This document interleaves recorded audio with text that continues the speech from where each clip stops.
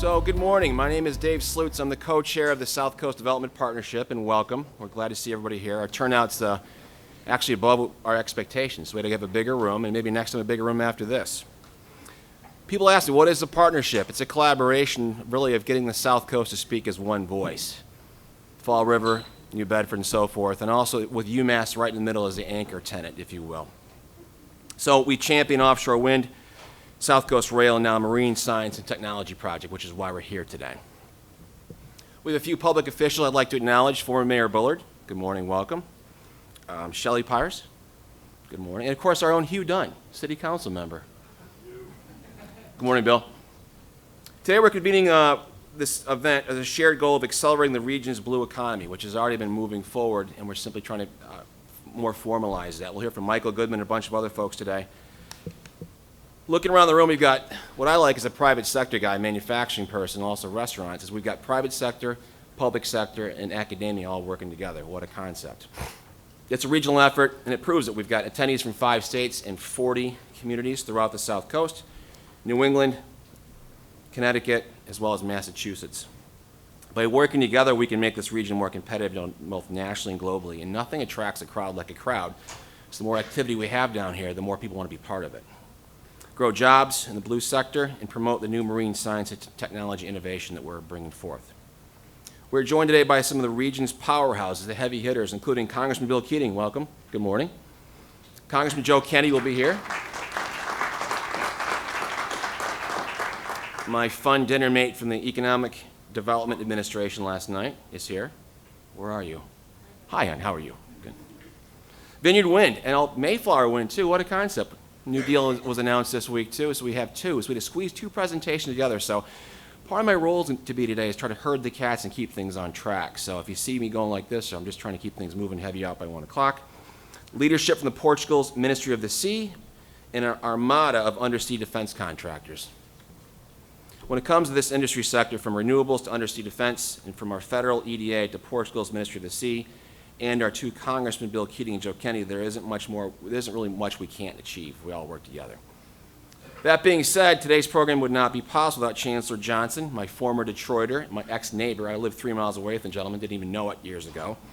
And he's pulled the team at UMass together, all rowing in the same direction. So since taking the helm, Chancellor Johnson has immediately recognized the opportunities of the coastal assets. How far away from the Cape are we? 15, 30 minutes. 30 minutes. And right by... Excellent. Thank you, Chancellor. And work to set this initiative into high gear. It's my honor to introduce Chancellor Robert Johnson.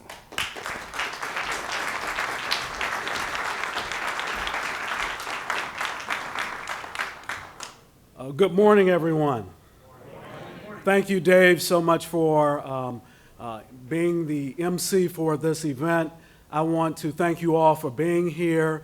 As Chancellor of UMass Dartmouth, we are excited about the possibilities of where we can go within the region as we think about the blue economy. I would be a bit remiss if I did not introduce one of my partners in crime, the president of BCC, Laura Douglas. Laura, where are you? Give Laura a big hand. I also want to thank Nick Chris, who is the chair of the SouthCoast Development Partnership. He is such a wonderful individual. He was not able to be here today, but he believes in the economic interest of this entire region. Last year, we came together and we gathered in this same place and discussed the potential for the region in terms of developing the blue economy. We learned that day of all of the things that we have here in terms of assets throughout the region, across the canal, on Cape Cod, and across the border in Rhode Island. And make no mistake, we have lots and lots and lots of assets that you will learn about today. Higher education. We have this world-class institution that is south of Boston, the only research university on the South Coast, National Research University. I think it's called UMass Dartmouth, in case you haven't heard of it. And yes, Dave, we are 15 minutes from the ocean and a half an hour from the Cape. We have our Marine Science and Technology, SMAS, right down in New Bedford, that does world-class research in this space of fisheries, among other things. We have emerging industries like Vineyard Wind, the nation's first commercial-scale offshore wind energy project. This is a big deal at $2.8 billion, and that's like right here, you all. Let's give them a big hand.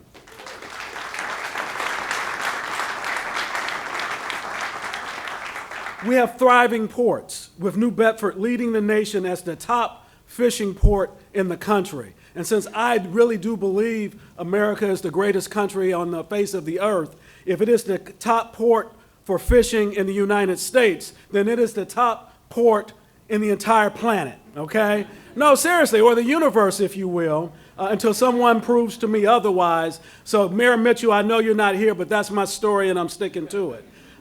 We have a budding ecosystem of many marine tech companies, popular coastal tourist attractions, and a commuter rail that will be coming to both New Bedford and Fall River. We all heard loud and clear of the possibilities of what we can do with the blue economy within this region. And our goal is not about trying to take a small piece of pie and slice it up among all of the individuals and organizations and cities and towns that are represented here today, but to make the pie bigger so that there's more than enough for all of us. And the way that we do that is just how we're doing it today. We bring together government, we bring together corporate America and academia to collaborate and to work together. And we create this whole blue economy ecosystem up and down the 195 corridor, going from Rhode Island, Connecticut even, if you will, all the way over to the Cape. This is the possibility of what we can do if we just work together and continue to bring our communities and everyone else together to realize our full potential. This region is so wealthy and so rich with great imagination, with great resources. And I want to thank you all for being here today. One of the things that we want to do is ultimately form a marine tech industry alliance to help guide our strategy. You're going to hear a lot of things that will take place today. You're going to hear from my good friend, Dr. Michael Goodman, who leads our Public Policy Center, who is known throughout the country for his great work in research and development, economic development, and helping communities to figure out the possibilities of how they can grow. And by the way, did I say he is our own Dr. Mike Goodman, running our Public Policy Center? Please give him a big hand.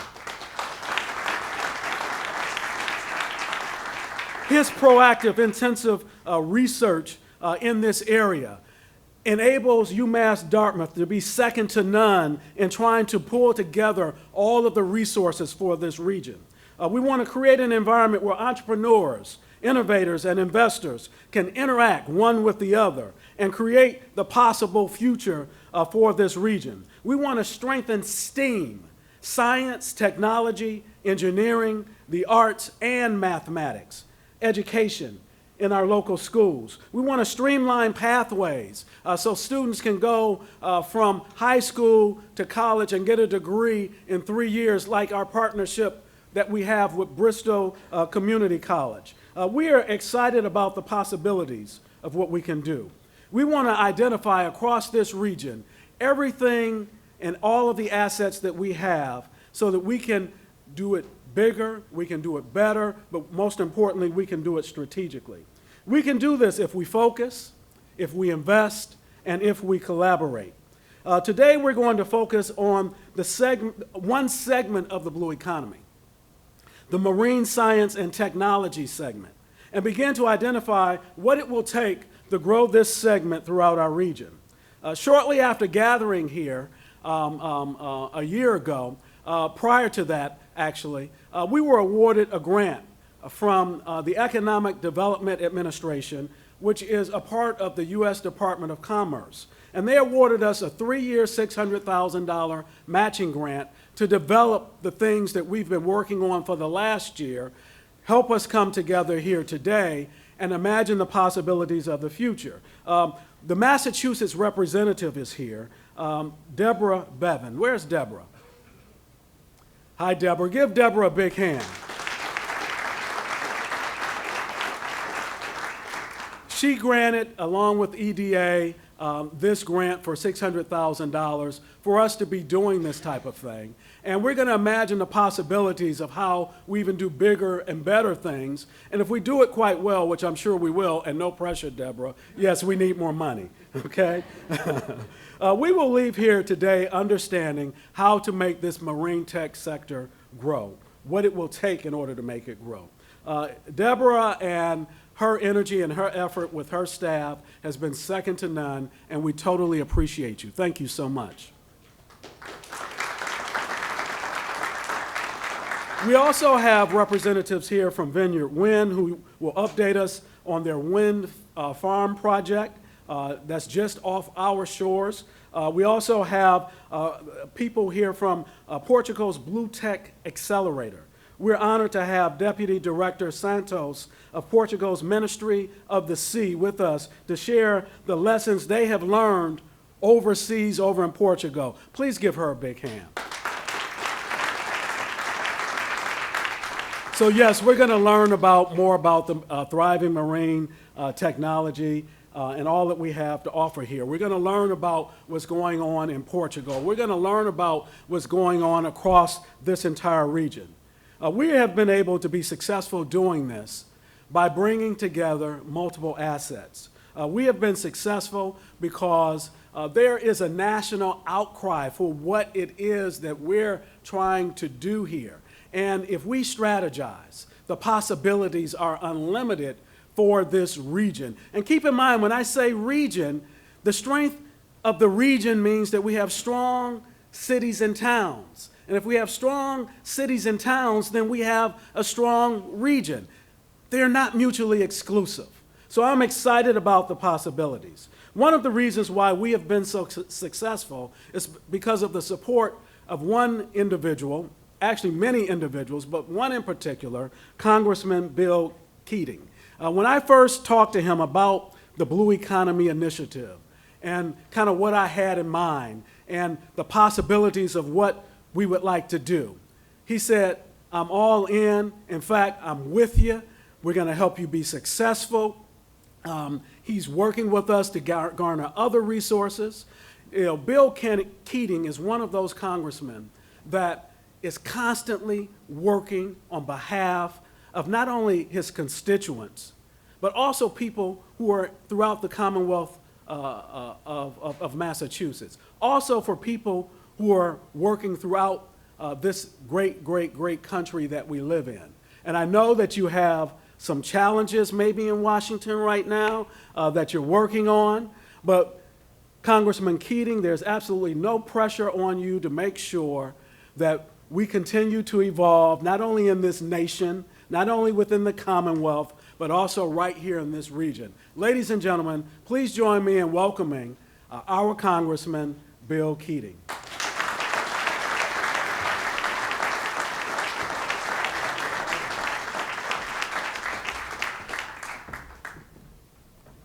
Chancellor, thank you again. The enthusiasm, the drive to go forward in this certainly is encapsulated in the Chancellor. I hope it keeps expanding that way if that's possible. It's always a pleasure to be here. I'm pleased to be here too with both Jennifer Wong and Rory Clark from Representatives Warren and Representative Senator Markey's office as well. And I'm also pleased to be here with the Deputy Director from Portugal, because I was in Portugal just a few weeks ago. And as I was there, I was involved in meetings that really showed what Portugal has done. And thank you for coming here, traveling here, and sharing some of the things that I learned in Portugal with everyone here, because they're so relevant to what we're doing here. The work that's been done over roughly the last 2 decades in Portugal is nothing but astounding in terms of how they have moved forward in renewable energy and what they've done. They've had, I believe, approximately a quarter of their energy demands are met now with offshore winds. That's a rough amount. And in the Azores, about the same percentage.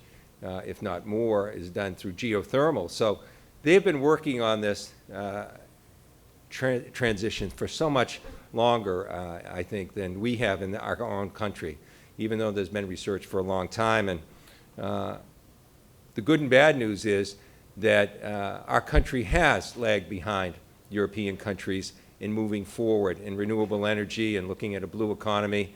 The good news is we're catching up dramatically, and there's great opportunities, and the opportunities are going to center right here in southeastern Massachusetts. We will be, I have no doubt, the hub of the blue economy, not just in our region, but for the United States of America. So it's so important to have an international focus on that.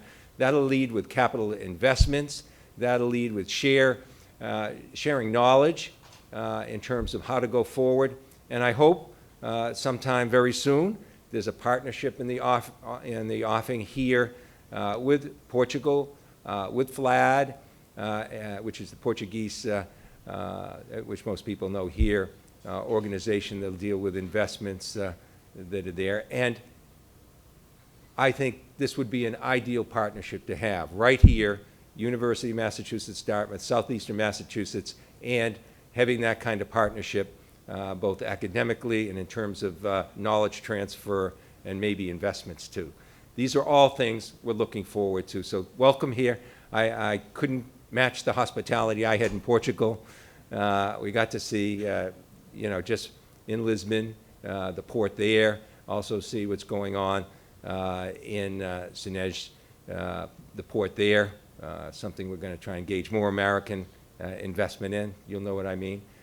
And so we're here a year later from the time most of us gathered to really kick off what we're celebrating here today. And it's really a landmark point, except it's a continuum. I mean, it doesn't stop and break, but with anything that has grants attached to it, there are landmarks that you have to move forward with. And I have to tell you that the work we've had and the cooperation we've had from Debra Beavin, where are you? Right there. Thank you so much for the work you personally engaged in and your interest in this, working with the Economic Development Administration federally. We've worked with you closely, but I think that the potential and the fact that you're here again, and you were here before, speaks volumes for the interest that the federal partners have in terms of dealing with what will be the hub of the blue economy in our country. So welcome all of you. Here we are at a point where we sort of look back and look forward. It's the crossroads. We were here a year ago saying, in business terms, we believe there's a great demand here. There's a demand for energy. That's clear. There's a demand for renewable energy. That's clear. And since then, we've had the decommissioning of Pilgrim, where it's been very obvious to us that we have energy needs that have to be met with in our Commonwealth. And part of the plan that the governor has going forward includes a large segment of that coming from southeastern Massachusetts and coming from here. And so we're happy as Vineyard Wind, facing a few waves of their own, all of us together is here, and we're working together, and that's progressing along. And we're going to hear from them after I speak. But at this juncture, let's look at the challenge we had over the last year. It was the challenge of taking all the resources in the three-legged stool of what this project is all about and seeing what we had. We knew the demand was there. Have we met what we thought was the information gathering necessary to see, are we up to the task? And that's what this report is about here today. And we continue to see why people that a year ago believed this would be the success that I believe it will be, had that faith. Because as we look at that report, we see the continuation of the private sector and their interest and their involvement. And I won't name all the companies because I'll leave someone out, and I did last time and I heard about it. But they're there on the private side.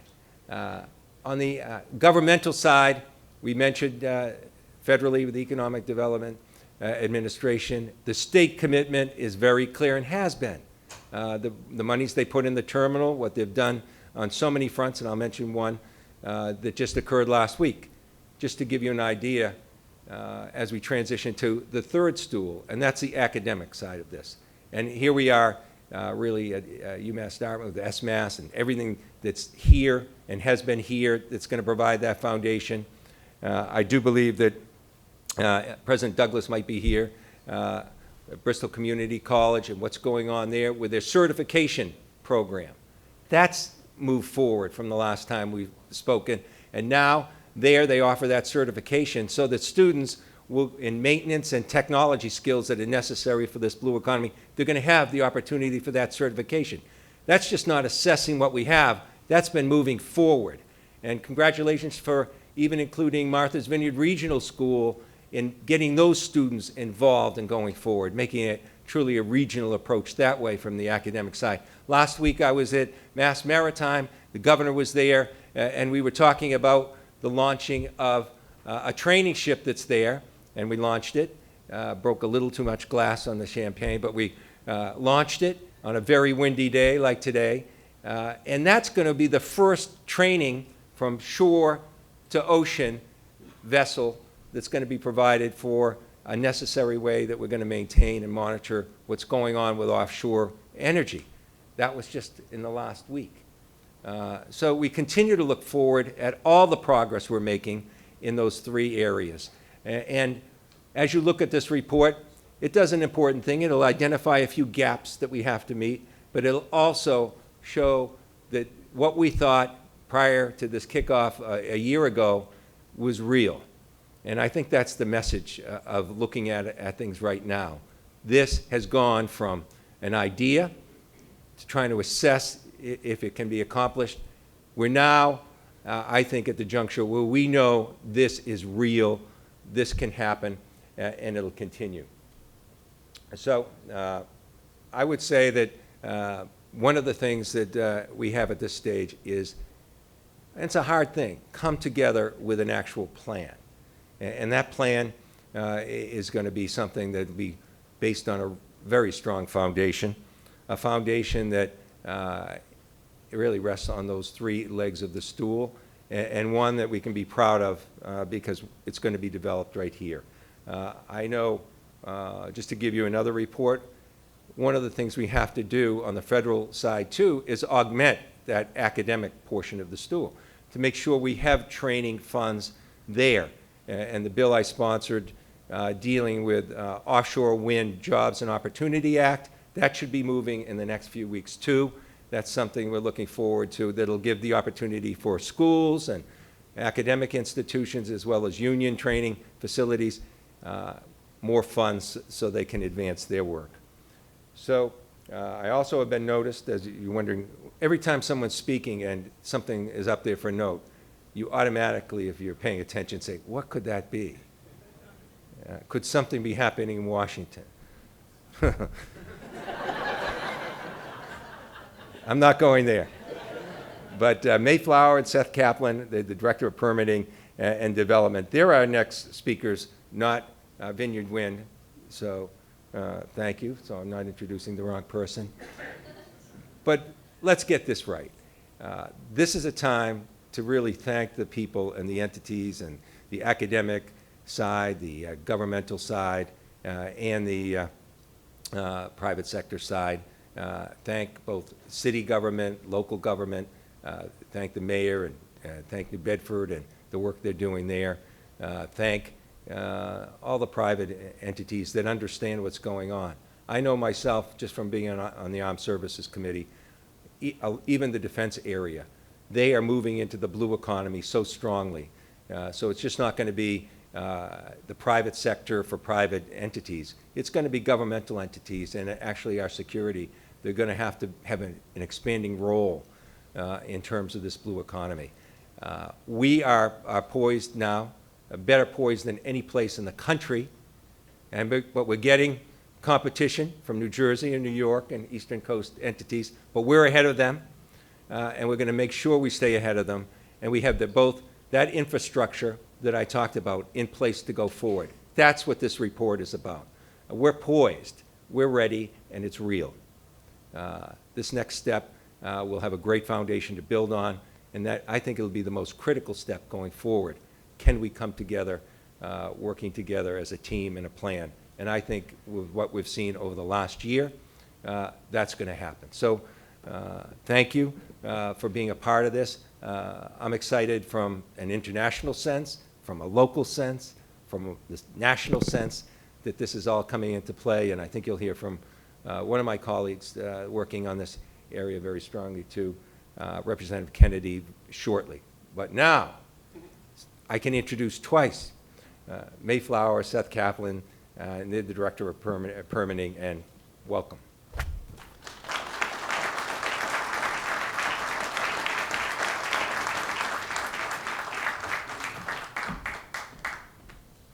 Thank you very much, and wanted to thank Dean Slocum and Liz Isherwood, who've been working for us for a while. And I get these locally printed cards with, having commissioned a logo and having ordered cards for a new entity, you feel like giving them out. So thank you very much. And this is I have the privilege of doing what I'm fairly certain is the first public presentation to any kind of audience beyond some media interviews by our president since we were awarded the contract. So it's a bit of an auspicious occasion. And I have to say, as someone who grew up in the East Bay of Rhode Island, and by the way, Eric Stevens and I went to nursery school together, so we've known each other for over 40 years. And growing up listening to WUSM, the radio station from what is now UMass Dartmouth, this place has a special, and I do have a young cousin actually who's a nursing student here, flew in from the West Coast to the great nursing program here. So Mayflower Wind, that I have the privilege of being the Director of Permitting Development, is a joint venture between Shell New Energies. Shell, you may have heard of it. It's a little energy company. And they have the Shell is appropriately thought of as a group. It's, depending on your measure, it's about the 5th largest company in the world. And New Energies is doing new and exciting stuff with wind and hydrogen and such. And then the company that I'm coming from, although I'm 100% dedicated to Mayflower these days, is EDP Renewables. And yes, the P stands for Portugal. EDP Renováveis as the formal name of the renewables company, which honestly is based in Madrid, but is one of the 2 largest components of the EDP group based in Lisbon. The whole idea of this joint venture is to bring together the capabilities of an offshore energy developer. Because nobody has done more offshore energy of all types than Shell, and a dynamic, fast-growing renewable energy developer, EDPR North America. I spent the prior 5 or so years working on the onshore side of EDPR. Prior to that, I was at the Conservation Law Foundation for 16 years. But EDPR onshore has about 1 gigawatt of onshore wind in construction at this moment, which will bring the entire fleet up to, so it's roughly about the 3rd, 4th largest onshore wind and solar operator in North America. And yes, North America, there's some in Canada and some in Mexico, but it's almost all in the United States. The largest, and EDPR is the largest operator in Indiana, Illinois, Ohio, and New York. But the focus here is on Mayflower, which is the joint venture. And we've tried to take from the 2 parent companies some of the best values. Shell has a relentless focus on safety. Let me tell you, working at a Shell facility, that relentless focus is present in my life every minute of every day. And we've really tried to couple that with innovation investment, leveraging the prior investments. EDPR has been is the sponsor of the Wind Float floating wind turbine that is currently off of Portugal, launched out of Lisbon, and that's a joint venture with a bunch of different companies in Europe. But also Shell is a major investor in all sorts of really interesting R&D and science and research, including ongoing support for the SMAST operation here at UMass Dartmouth. And we are focused very much on investing in communities, not just ordering local business cards, but really trying to be focused on making the case for making the investments that will reduce our cost, will foster a new industry. And this is the heritage of both companies. If you go down to New Orleans, Shell has been very present in New Orleans for about 100 years. They're the annual sponsor of the big jazz festival down there. EDPR, I always like to say, has a real fondness for Roman numerals. We just got yesterday another contract with the Northern Indiana Public Service Company for yet another wind farm in Indiana, where the Meadow Lake Complex is now in its 7th phase and the 8th planned, with 2 other wind farms near it. Deep roots. We set down deep roots, both companies, and that's the goal with Mayflower. This is not an intention to create something that we're going to flip, that we're going to sell off. This is a long-term investment for a responsible partner that will set down deep roots. So here's our site. It's the one that's got the color thing there showing where it is. About 20 miles south of Nantucket, way out there. It's really windy out there today. We're supposed to have a geotechnical drilling ship out there today, and hopefully the wind conditions will enable, and this is one of the ironies of wind development, both on and offshore, that sometimes you very often pick locations where it's too windy to do work you need to do. This is particularly true during the construction period, but you grin and bear it. Depending on technology, water depths, the size of the turbines, various other factors, we can build about 1,600 megawatts there, 1.6 gigawatts. So the 800 megawatt contract that we have been designated for Massachusetts receive, you can do the math. So we redid this slide yesterday. Yeah. So and this is, we really have tried to approach this project, I think, with an overall sense of humility. And in this case, the humility was that there are many different legitimate, very legitimate values going on here in terms of spurring local economic development, in terms of making investments in local infrastructure, in terms of trying to protect the customers. So remember, there's no such thing as a ratepayer.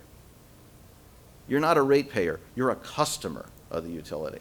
Your function is not to pay a rate. You are a customer. And it is very important to control cost of electricity to protect the customers. And at the end of the day, lower cost electricity is economic development. It's lowering the operating costs of businesses. It's keeping money in the pockets of families. So it is not incompatible. It's sort of a Venn diagram thing between direct investments in manufacturing, direct investments in infrastructure, direct investments in innovation, and controlling cost.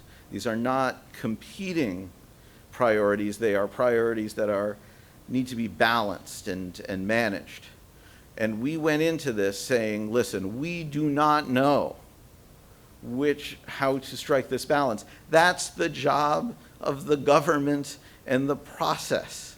What we can offer you are options. And I want to be very clear, the low-cost energy option that was selected is not a cheapo, bare-bones, fly-by-night option. There are significant long-term ongoing funding for research, for innovation in there. What we then offered in addition to that for a slightly higher price, under the prior price cap, was a addition of some immediate capital spending. And then we had another one that's a little more, that had a direct manufacturing component. And we said to the process, pick one. And this is what was selected, and we're going to follow through. So, I mean, I thought I was going to be following Eric, and he was going to go through all this stuff. But, this is sort of like the schematic of how an offshore wind farm works. You got the wind turbines, the power is collected and sent to an offshore substation, a whomping big offshore substation, although my Shell colleagues are like, oh, that's so cute. It's like a small oil rig. Yeah, so, okay, great guys. But, from, it's from everyone else's perspective, it's a large structure. And then there's an underground cable that runs being landed in a manner that does not disrupt the beach at all, that does not disrupt the coastal ecosystem at all, surfaces, and, my hat's off to, Vineyard. And I want to be clear, by the way, I spent the prior 5 years before I took on this assignment of doing policy work where I worked side by side with all of the other companies in the industry. We're competitors, but we're also colleagues, and we are co-venturers. We have a contract here now. Vineyard isn't my competition. We have a lot in common, and my hat's off to the way they've handled issues like landing the cable in Barnstable and working with the town, and they really, from what I can tell, it looks like they're really going to do it right in terms of the only thing that anybody there will notice is they'll arrive in the spring one day and there'll be a new manhole cover in a beach parking lot and a nice new little wooden structure to change your clothes before you go out to the beach, and the road will be freshly repaved, because once you land that cable, you run it underground for a while till you get to a substation. At that substation, you then run it overhead and then plugs into the regional electricity system. That's the story. So, again, I really hoped that Vineyard was going to be presenting all this stuff before me, but as you can see, the permitting process is complex. This is my job. I'm the director of permitting, so I got to worry about this stuff. And running in parallel, we have extensive federal and state process. One thing I'll note in terms of sort of methods of presenting information, when the engineers got their hands on this slide, they made the EFSB process over there an arrow. When my permitting staff makes this slide, it's a cloud. So, but anyway, I want to just touch for 1 second about that part of the process, the Energy Facility Siting Board. The Energy Facility Siting Board is a very important process that is some way evolved out of the old system where the utility owned and built everything. And it has evolved since the restructuring in '97 into a process that gives permits for independent generation like us and like Vineyard, or pretty much every power plant built since 1997 and a few before. What the EFSB effectively does is, when everything is working right, and this is our goal, is it consolidates the state and local approvals. Doesn't override. It can be used for that purpose, but that is not our intention. It is to work with the communities and arrive at the siting board with a consensus and say to the siting board, this is the way we'd like things to play out, and we really think it can, that we will arrive in consensus with all of the different regulatory bodies, and there sure are a lot of them. And the siting board then has the power to issue one consolidated permit that wraps together all the requirements of all of those localities. And Vineyard has done a great job of navigating that process, and that is our goal, is to really follow in that model and approach that EFSB process in a collaborative manner. So, I mean, that's the bottom line here. That the partners coming into this that make up Mayflower have a lot of experience with these power purchase agreements. I think that's probably the only place where the jargon acronym air horn should go off, is PPA. It's power purchase agreement. So we are managing over 6,000 megawatts of those kinds of agreements across the United States. Shell has, of course, as I mentioned earlier, the extensive offshore experience. EDPR brings the onshore experience, the area that I'm coming from. We are deeply involved in all kinds of design, foundations, substation design. We've done some geophysical surveys, and there's a lot of sand out there. Lots and lots of sand. I can report that. Geotechnical surveys, as I said, are underway. We're trying to do the stakeholder engagement. We have the financial heft of Shell in terms of the sponsor, EDPR isn't a slouch either. Largest market capitalization. I mean, it's like big fish in a small pond, right? Largest market capitalization company based in Portugal. The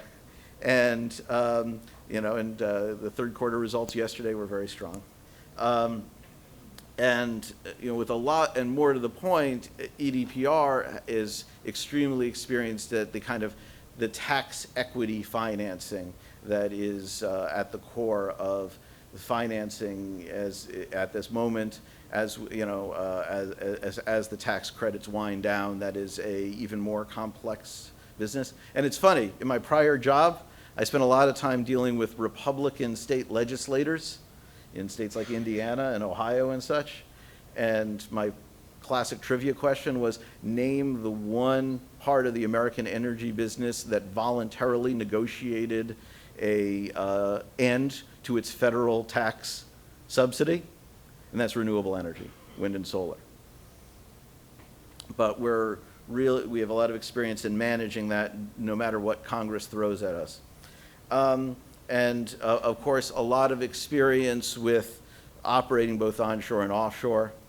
And finally, and this is a question you get asked about, decommissioning, end of the project.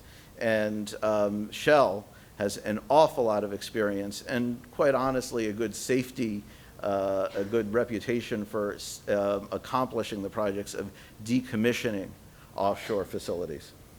So the last thing I'll just throw up there, and after Vineyard presents, you can circle back around to this if you'd like. Like I said, I'm 100% Mayflower, but my paycheck does say EDPR on it, and that is the Wind Float 2 turbine off the waters of being towed out from Lisbon Harbor. I feel like it's an appropriate thing to put up there and have available for a later speaker anytime I'm down here in the South Coast. So thank you very much, and I think we can slip back to the original order of things and make a transition over to the Vineyard folks. Thank you.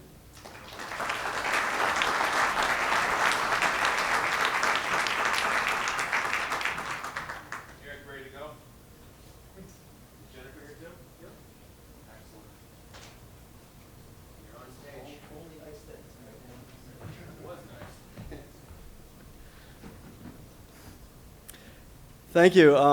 Good morning. My name is Eric Stevens, Chief Development Officer with Vineyard Wind. And first I want to thank UMass Dartmouth for once again expanding mines. In my small offshore wind mine, when I heard UMass Dartmouth, I just thought S-mast. And so I was at S-mast a little while ago. But fortunately, I made it here in time. And, appreciate the opportunity. I am going to give a quick update on the Vineyard Wind 1 project, and then turn it over to Jen, who's going to talk about exciting things like the workforce development and local supply chain development that we've been doing since the last time we all met with you. Last time we all met with you, I think we were all very hopeful and planning on being able to say that we are going to construction now. As I'm sure many of you heard, we are not because of a delay with the federal permitting process. I guess the good news in this is that there was not some sort of fatal flaw identified in the project or something wrong with our permit application. but rather what Secretary Bernhardt indicated for the reason for the delay was because of DOI's surprise, I guess you'd say, at the amount of interest and investment and activity in offshore wind by states up and down the East Coast. And they wanted to step back and take a moment and look at this new picture of offshore wind as it stands now, because to be fair, it really has changed quite a bit, even in a matter of months, with New York announcing 9,000 megawatts, Massachusetts doing more legislation and looking at doing more procurement, Connecticut, and on and on. So while we're disappointed that that we do have this delay, we do take some heart in that it's not because of our project in particular. If anything, it's because of good news about how quickly offshore wind is developing. And beyond that, I really don't have much to say about when we might be able to move forward, because we don't know much more than what has been in the press. Walter Cruikshank from Bureau of Ocean Energy Management was at a conference in Boston and indicated that they hope to have that new analysis, the supplemental environmental impact statement, come out sometime early next year, and that's really all we know as well at this point. So we're looking forward to them completing that review quickly and moving on to approving our final EIS, which is the last. In some ways, really the last permit we need at all. We've made a lot of great progress on the state and local permitting, and so we're really just waiting on this last federal approval to be able to kick off the construction, and we're very much committed to doing so as soon as we get that last approval. So for those who don't know, this is the project that we're talking about, Vineyard Wind 1. It's in the northern part of Lease 501. It's in the middle of the different lease areas south of Rhode Island and Massachusetts, and the cable will be going into Barnstable. And like I said, all of the other permitting is well nearing completion, if not actually completed. So once we do get that last federal approval, we'll be starting off construction, starting with a lot of work here in New Bedford, where we'll.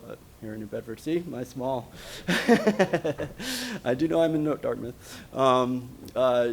To start with, we'll be staging the construction and looking to do an operations and maintenance facility out on the vineyard, and that's progressing as well. And the O&M facility, of course, is where the long-term jobs will be.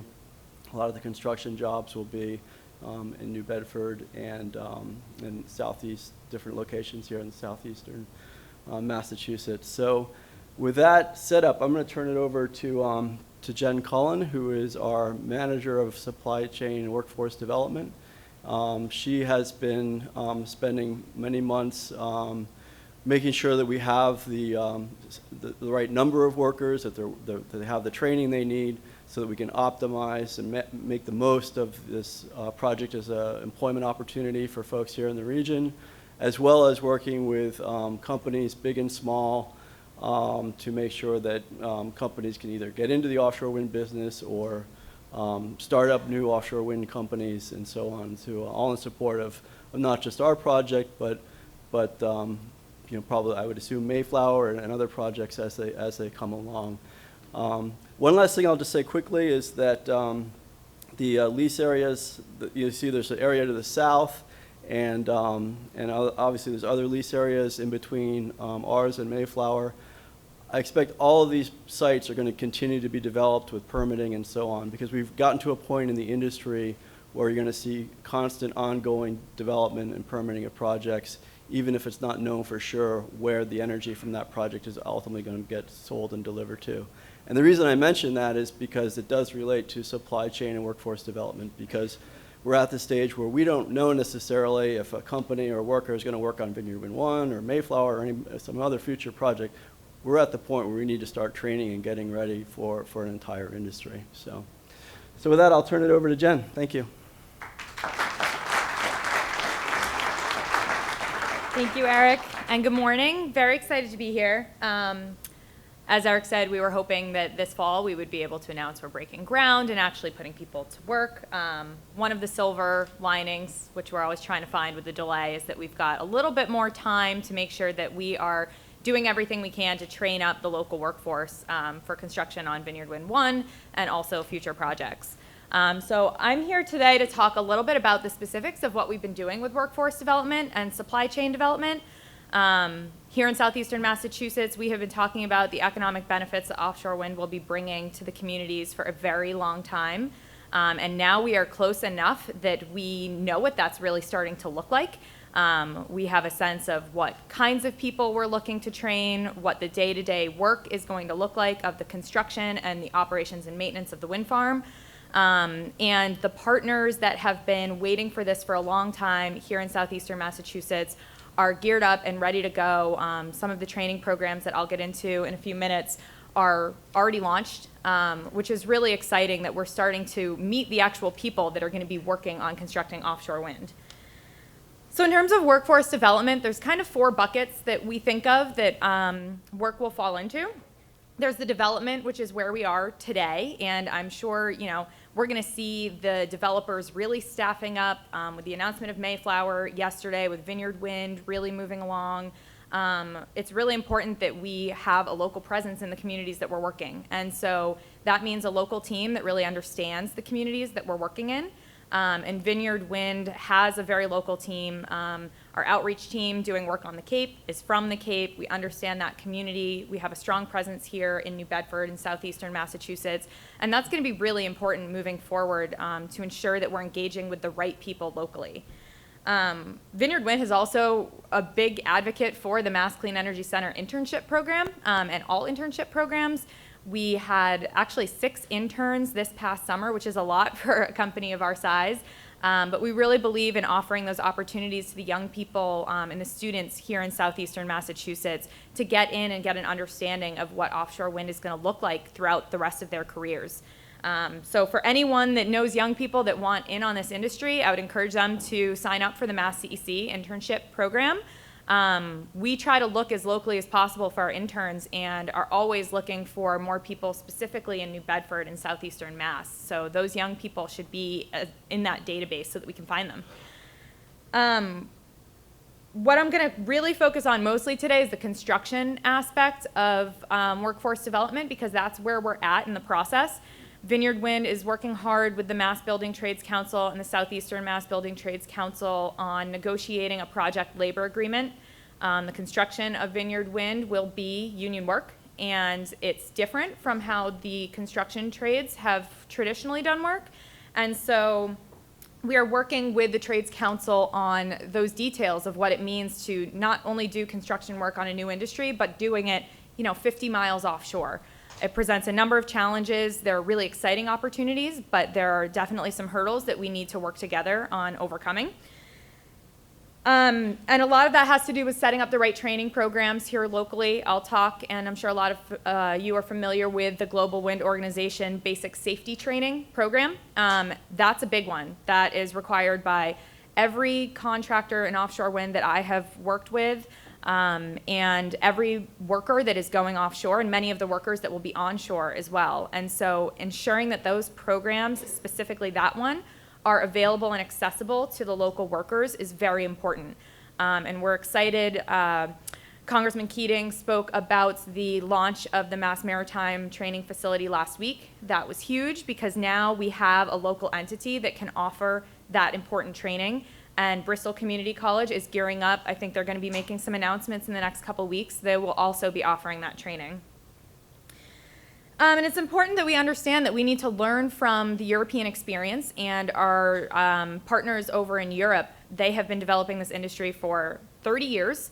They have a lot of experience. The industry and the safety trainings and the procedures have evolved over those 30 years. And so it's very important that as the U.S. jumps into this existing fairly mature industry, we're adopting the industry where it is now, and we're adopting those really strong safety standards and that culture.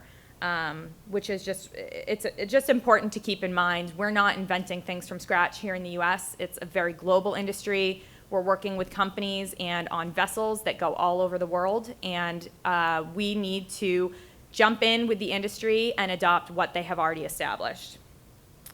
There's the operations and maintenance jobs that'll be based for Vineyard Wind 1 out on Martha's Vineyard that Eric spoke briefly about. Earlier this week, I was on the vineyard to do an introduction to locals about what those job opportunities are going to look like and what kinds of trainings and experience will be required to get those jobs. So that's really exciting that we're starting to talk to the individuals that may be applying for and actually getting those operations and maintenance jobs. Those will be 25-plus year jobs for each wind farm. And so as we're talking to people in their 20s and 30s, this could be their career path forevermore, which is really exciting. And Bristol Community College, Adult Continuing Education of Martha's Vineyard, Cape Cod Community College, they have all launched introduction programs to make sure that the young people and adult retrainers that are looking to jump into this career path have access to and are aware of the opportunities to get trained for those jobs. And then there's the supply chain that we're all here today talking about, and Vineyard Wind is still moving ahead on working to integrate the local supply chain wherever we can. At the last presentation Eric gave to the SouthCoast Development Partnership over the summer, he spoke about our Meet the Buyer events that we had held with our survey vessels and looking to connect the local businesses to those survey companies to ensure that any resources and supplies they need, they could source them locally. So we're still planning on moving forward with those hopefully early next year, working with our contractors, so our major tier 1 offshore wind contractors that mostly are based out of Europe and have worked in Europe, holding events with them to come here to connect with the local businesses, to understand what kinds of marine services and supplies we already have here. It's going to be easier for them to source it locally, and it works for us because we want to promote the local businesses wherever possible. So we're working alongside the Mass Clean Energy Center to make sure that we make those connections wherever we can. And it's an education for European contractors. I just have as the last bullet up here in making sure that they're aware of the fantastic resources we have here, both in terms of people and existing businesses that are aware of the industry and ready to jump on board as soon as we get close to construction. So I mentioned that there are certainly some challenges in workforce development, and as things are really getting real now, we're working on figuring out how to meet those challenges. The main challenge that we have is that this is a brand new industry, so we don't have an existing workforce that we can tap in terms of Americans that have years of experience in installing and maintaining offshore wind farms. That means that we don't really have offshore wind farms 50 miles offshore that we can train U.S. workers on. Block Island, as far as the contractors and installers and European companies are concerned, it's great we have those 5 turbines, but that's considered more of nearshore construction. That's something that U.S. workers have done more of. So when we're talking going 50 miles offshore, there's a whole host of challenges that we are working with the Building Trades Council to meet. There's also few available specialized installation vessels. So these ships that are coming over to do the installation of the turbines, they are built specially for offshore wind. That is what they do. They sail all over the world just installing offshore wind. And so it's a challenge in terms of the availability. And that's something that we were hit with the delay. You can't just call up one of these companies and have them show up with 6 weeks notice. They have projects going on all over the world, and there's only so many of them. And they have crews that are used to working on those ships. And so how we're going to get American workers trained and working on those vessels is something that we're working really hard on. I also mentioned the safety culture and training, and I'm not going to go too much into this now, but we all know, those of us familiar with the GWO training programs we're setting up, that's just one of a few programs that we will need to have available locally to meet the industry where it's at. And then much of the work is not traditional construction work. In terms of how far offshore the workers will be going, they will be required to stay offshore on accommodation vessels for a few weeks at a time. The transit time to and from the lease areas can take hours, depending on time of year, weather conditions. what kinds of species are out there. And so figuring out how we're going to take someone that is used to doing a construction job and going home every night and recruit the right people that want to go and live offshore and do this kind of work is, again, something we're working on. And because you're going so far offshore, the turbines have really strict safety requirements. You can only put so many people on a turbine at a time. That means that every person that is working on the turbine is going to have to do a variety of skills. And that's not how traditionally construction works around here in terms of the unions. So having those multi-skilled technicians that can go and do some electrical, some painting, some mechanical work is just another challenge that this industry is posing that I think we will figure out how to do it. But it's just a little bit different than how the Europeans have had to do it. So there's multiple levels of safety requirements. There's going to be those imposed by the US government. So those are more the OSHA standards that we're familiar with here. The project developers are going to have their own set of safety standards for workers onshore and offshore, what they are going to require. The workers for construction are each going to be employed by the major contractors. And so those contractors are going to have requirements of their own. And then depending on what role a person is doing, there's going to be additional certifications, both for safety and technical certifications. So figuring out that matrix, and this is what I mean when we're like really getting into an exciting level of detail, but it's certainly a lot of work in determining for a person that's interested in getting into the industry, where do they fit, and then what certifications and qualifications are they going to need to have in order to be hireable by the contractors and ready to go once we're bringing people into the construction. And then any of the programs that aren't locally available, making sure that they are. And there's also a translation effort that we're working on. The Europeans have certain welding certifications, for example, and electrical certifications that are in European terms. We have a lot of those here, but it's a matter of making that connection between what we have certified here and ensuring that the European contractors and the US workers are in agreement about having those US certifications qualify. So the GWO Basic Safety Training consists of 5 modules. All of these are very specific to offshore wind. So it's not first aid like many of us may have taken. It's how you do first aid in an offshore environment on a turbine. And that's why it's really important that these standards and this specific program is available to the local workers here. And we're really excited that this is going to be available at Mass Maritime. They're going to be training their first cohort in a couple of weeks. And they're also training trainers. So we will have local US trainers doing the trainings. And then Bristol Community College to have it as well. Every worker offshore and many of the onshore workers will need it. And it needs to be recertified every 2 years. So if you can imagine those hundreds of workers working their way through every year and then also needing to recertify every 2 years, we're going to see a long-term pipeline of people that need this. So this is just a picture for anyone that didn't catch it of last week at Mass Maritime. That's the crew transfer training facility. So that skiff was retrofit to mimic what a crew transfer vessel will look like. So it has the rails in the front, and the crew transfer vessel will come up and kind of base itself at the base of the transition piece, that yellow piece at the bottom of the turbine. And then it has a ladder. And this is really important because one of the most dangerous aspects of working offshore is just getting onto the turbines. Getting from a moving vessel that is going up and down in a very windy, very wavy environment and getting onto a fixed structure. And so the fact that we have assets here in southeastern Massachusetts that are able to offer this infrastructure and do this kind of training is very important, and we're really excited about the launch of this program. So I have is this the video here? I have a video for another training that is going to be required, so I'll kind of talk through this.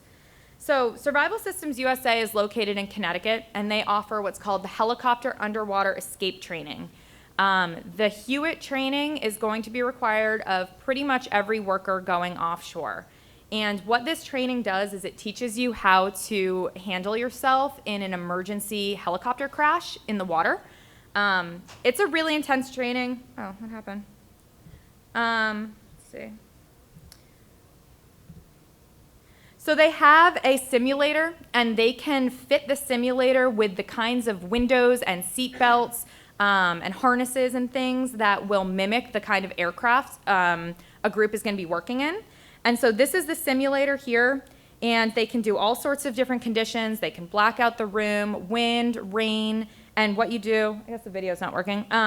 What you do is you learn how to escape from that helicopter in a crash. You learn a little bit of how your body would react to that kind of extreme situation and landing in very cold water. You learn how to get into the lifeboat. And so these trainings, it's pretty intense. I did it a few weeks ago just to get a sense of what I'm talking about when I present these sorts of things. It's an intense training, but it's really important, and they do a great job of walking people through it so that by the time you're actually getting crashed, you have some confidence in your abilities to be able to manage the situation. And this is a really important one because, I don't know how to get to this next thing. Do we know how to get off the video up here? Oh, there we go. This is an important one because this is not a training that a traditional construction worker here in Massachusetts has to do. And so we want anyone that is interested in working in the industry to have an understanding that they're going to have to go through these kinds of trainings. And they're going to have to go through them because they are potentially and most likely going to be getting brought to and from the wind farm at some point on a helicopter. And so this is one of the biggest challenges that we're working with, is that people are really excited about these jobs. But again, when you're talking some of the real life situations of, you raise your hand, you say, I want to go work on the offshore wind farm. Well, you have to go through these really intense trainings, and the lifestyle of that is going to not necessarily appeal to everybody. So we want to make sure that we're starting with a big, broad pool of candidates, because a lot of people may not want to do that sort of training, and they may not want to take a helicopter 50 miles offshore. So it's important that we're starting with that pool so that when it finally gets down to time for construction, we've got people that are excited about it and ready to go. And we're working with all sorts of partners on recruitment efforts too. We really think that this would be a fantastic career choice for ex-military. They are used to being away from family. They're used to working in somewhat dangerous environments with small crews that get the job done. And so with a variety of partners, many of whom are in the room right now, we're working on those recruitment efforts to build that pool of candidates for construction and then also operations and maintenance. So I'm probably short on time, so I'll go through this really quickly. Construction work, like Eric said, there will be onshore work, and a lot of it, that's the vast majority of jobs we're going to be seeing in New Bedford, setting up the site, doing the pre-assembly of the turbines.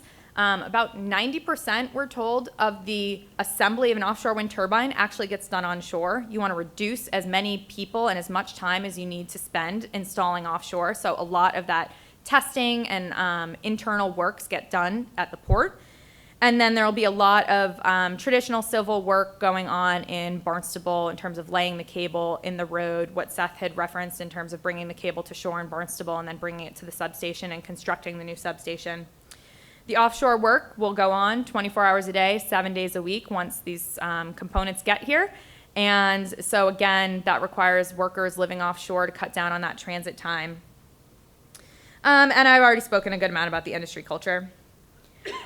So I brought this up as well, but this really goes to show, you can't, if you're working even a 12-hour shift, you can't spend 5 hours getting to the lease area, do your 2 hours of work. You're probably seasick because if it took 5 hours to get there, it probably wasn't a very nice day. And then you do your 2 hours of work and then you go home and take a 5 hour. If we didn't have workers living offshore, who knows how long it would take to construct this, and we all want these things in the water as quickly and as safely as possible. And then I just wanted to give a shout out to the educational programs. Mass Clean Energy Center and Vineyard Wind gave a grant to 6 institutions here in Massachusetts in May to start setting up these programs. We knew what we were going to see coming, and the partners and the educational institutions here are very excited about starting to bring their students and the communities into this work. And so Bristol Community College, I already said, is moving forward. We're really excited about them offering the GWO safety, and they're going to offer technical trainings. Their offshore wind certificate program is off and running. Cape Cod Community College is offering Offshore Wind 101 courses, and I connected with Bridget Berger a few minutes ago, and she said that they've already offered it to hundreds of students on the Cape and Islands. They're also offering an opportunity for seniors to do a dual enrollment program and take an online community college course that will get them college credits free of charge. We all know how much college credits cost these days, so to have that opportunity to learn about the industry and the career paths that they could be taking and also do that free of charge is really cool opportunity to those kids. And then I had mentioned earlier this week I was out on the vineyard and we launched the Offshore Wind Power Technician Educational Initiative, and that's a partnership between BCC offering the program and that group out on the vineyard, ASMV, making sure that the fact that people live on the vineyard is not a barrier to entry for training for this program. So those programs will be offered through a combination of online, some teachers out on the vineyard, and we had fantastic turnout. It was standing room only. People really excited about understanding what these jobs look like and what they need to do to start getting in on the industry. And then really quickly, supply chain development. I mentioned we're still very committed to moving forward on this even during this delay. Local businesses, we've heard from a lot of them, and we have a site on our page on our website that allows local businesses to register and tell us about what kinds of services they offer. And on the back end, Rose and I and others, we are collecting all of that information, we're categorizing them, and then every meeting that I'm having with contractors or our internal team that is working on a certain aspect of the project, I am pushing that list to them so that if they hear from the contractor that we need certain kinds of safety equipment or harnesses or whatever it is, we've got a list of local businesses that offer that. Also, the Mass Clean Energy Center is updating and relaunching their offshore wind supply chain directory. So if those of you in the room are talking to other local businesses, want to know how they can get in on this, I'd really highly recommend that they make sure that their company is in that database and that they're fully registered and the information is up to date. We're going to be tapping our list and the CEC list every time we host and meet the buyer event and when there are opportunities for local companies to meet these major contractors. So making sure that the businesses are registered in those two places is a really great way to make sure they have access to those opportunities. And then I highlighted the opportunities and classifieds section on here because that's a new aspect of the directory. And the intent of that is that we know who Vineyard Wind's major contractors are going to be, and we want to connect the local businesses into them. But there are also going to be tier 2 companies that are looking for tier 3s and tier 3s that are looking for tier 4s. And so this is a first step in figuring out how to make sure we're building those connections between the mid-level and smaller size businesses that could kind of partner together to serve a need for offshore wind. So with that, I'll wrap it up. Here's my contact info. I'm more than happy. I talk about this stuff all day. I could go on for hours. So if anyone wants to connect directly, please email me or give me a call, and I'd be happy to chat. And thank you very much.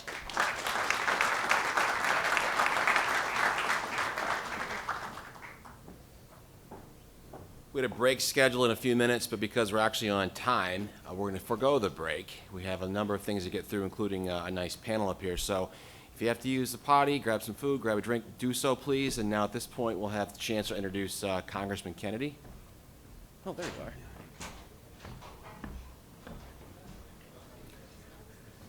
Hasn't it been a great morning so far? Yeah, come on, give them a hand. You know, at the end of the day, we do all of this because it's about the future. It's about the future of this nation. It's about the future of the next generation of young people whom we teach here at UMass Dartmouth each and every day. I want to recognize a couple of our students, Nate Roberts and Michael Mitchell. Guys, stand up. Stand up. Nate, Michael, stand up. They lead.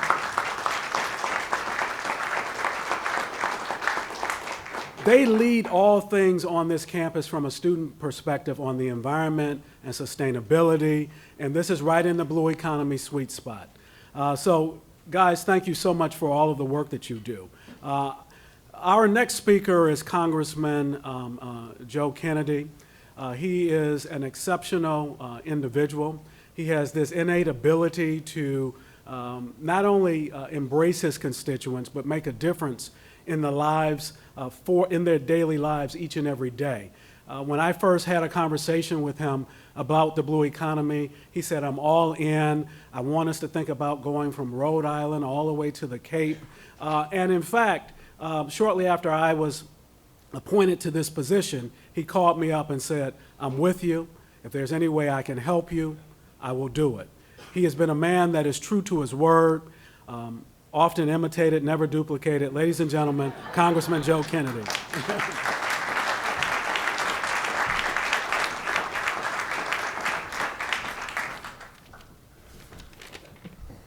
I'm a little scared to think about those imitations, but nevertheless,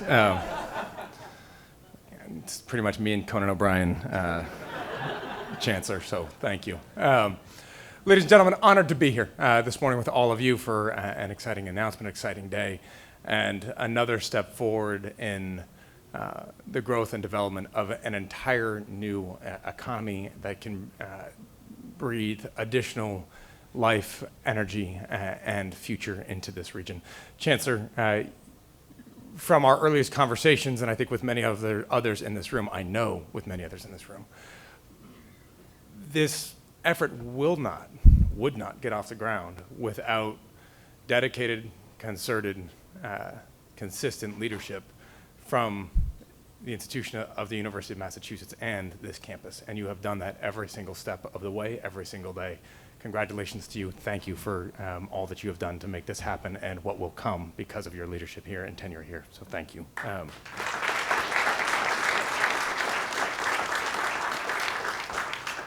Hugh Dunn, congratulations to you as well. Thank you for all of the work year after year, day after day, to bring us along and into this process. I heard that Laura Douglas was here as well. Hi. How are you? Good to see you. Wonderful to have you join us, and for your leadership and what BCC is contributing to this process and helping lead the way with all of it. And obviously my colleague who was here and I think had to run off, Congressman Keating, who has been a steadfast partner in this effort and helping lead the way from the very, very beginning. Many of you have heard me talk about the effort to build a blue economy in this region enough to probably actually give this speech. So I will spare all of you the excitement for the moment and promise to keep this brief.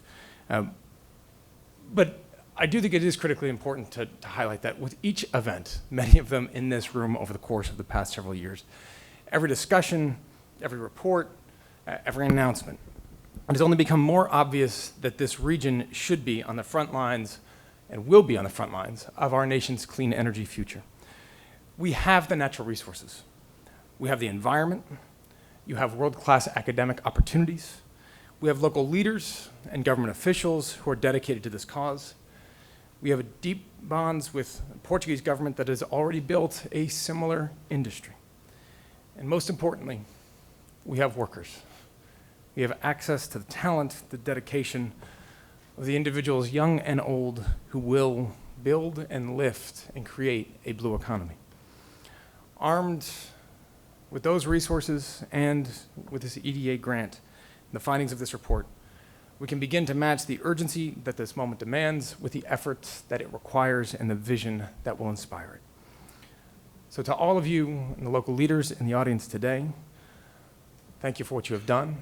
And do not slow down for a minute going forward. To the students in the back that have decided to take their time and their efforts to help give life to this industry, knowing what it's going to mean for you and your future and for the future of our planet, I salute you, I congratulate you, and I thank you. And of all of the folks that have contributed to this effort, I'm not sure that anybody has done more to make this day and the future come to fruition than Debra Beavin, who has been doing everything she can and a whole lot more to ensure that a blue economy isn't just an idea, but a reality that comes to inspire all of us. Debra, thank you. Good luck.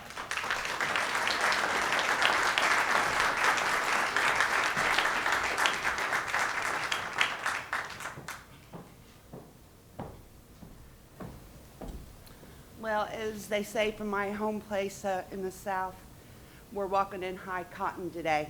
A big hello and thank you for allowing me to be here today. And on behalf of Assistant Secretary of Commerce, who wanted to be here today, Dr. Fleming, as well as the Executive Director of EDA's Philadelphia office, Linda Cruz Cornell, I want to thank you all for allowing us to be a part of this. EDA is much more than a federal agency. We are a partner. You've reached year 1, and that's a milestone of this 3-year project. But I wanted to say that EDA's most important mission is fulfilled through its financial support of collaborations and partnerships at the regional, state, and national level. Without those partnerships, nothing ever gets done or is successful. EDA's investment policy is designed to establish foundations for sustainable and resilient job growth and the building of a durable regional economy throughout the United States. This foundation is built upon 2 key economic drivers, innovation and regional collaboration. You're going to hear me say collaboration and resiliency and diversity many times, over and over. Looking around this room this morning, from the offshore wind industry project to the innovative technologies being advanced in this region, undersea defense industry, and the marine science and technology produced here at UMass Dartmouth and across the region, it's apparent that quite a bit of innovation is happening right here. When Hughes called me nearly 2 years ago, and he reached out to our office, I came on board as the EDR for Massachusetts early in 2017, reassigned from another state and another position to take that, which I knew of Massachusetts because, and I knew about your coast because I've spent a lot of time in Washington State. EDA funded a project similar to this for Washington State the year prior. So I'm going to tell you, when Hugh called me and talked about the regional collaboration that was being supported by Congressman Kennedy and Keating, not only did I want to not jump through the phone and hug his neck, I also wanted to immediately start. I wanted to sign the ink on a grant for him right then and there, because this is one of the interesting areas and the innovations that EDA is all about. EDA is an agency that we're risk takers. Our agency is summed up by dream it, do it. Our agency is allowed to do that because we're like an entrepreneur. We're very courageous and we take risk. We're allowed to do that for your communities. But when you look at this project, you have a Tier 1 research university on the ground. You have 2 economic development districts, and I'll add just a little bit of a clout for those economic development districts. There's no other federal agency that has a direct, financially supported federal partner on the ground, but EDA does. You have the Southeastern Regional Planning District and the Cape Cod Commission out of Barnstable County, and I insisted to you at that time, this project will include those 2 districts because they are EDA's partners and they know their regions better than anyone. With those two partners involved in this project, and the support of the regional business community, and the full support of state, federal, and elected officials, coupled with the vision for the regional economic growth that build on this existing asset, I knew that this project was one that would be successful. I knew you were ready, and I went to the table and I said, let's fund this project for Southeastern Mass. And I got full support from everyone at EDA in Philadelphia, as well as headquarters in Washington, D.C. Many eyes are upon you in this project because you are leading the way for the United States. You're leading the way for all of our country and what you're pursuing, what you're doing, and what you already have. We were so impressed with the support of the Marine Science and Technology Quarter concept that we knew the project's trajectory would be one that would be actually coupled with UMass Dartmouth and Chancellor Johnson's leadership, that it was no way that this project would not be successful. Today marks a milestone for this project, and we believe it will set the bar for the marine science and technology economy growth to the Atlantic seaboard. You've marked year 1, And with year 1 comes year 2. So you're reporting your project, your grant. It couldn't be managed and administered by a better group of people. I give them a A+. But in year 2, now you're going to establish this corridor alliance. During this first year, you have identified all your assets in your cluster. You have identified gaps. So what I want to talk to you about today is what everyone wants to talk about, and that's money and opportunity. So when you look at this graphic, you see all the cluster that's in there. You see the 3 regions that are the 2 economic development regions that are involved.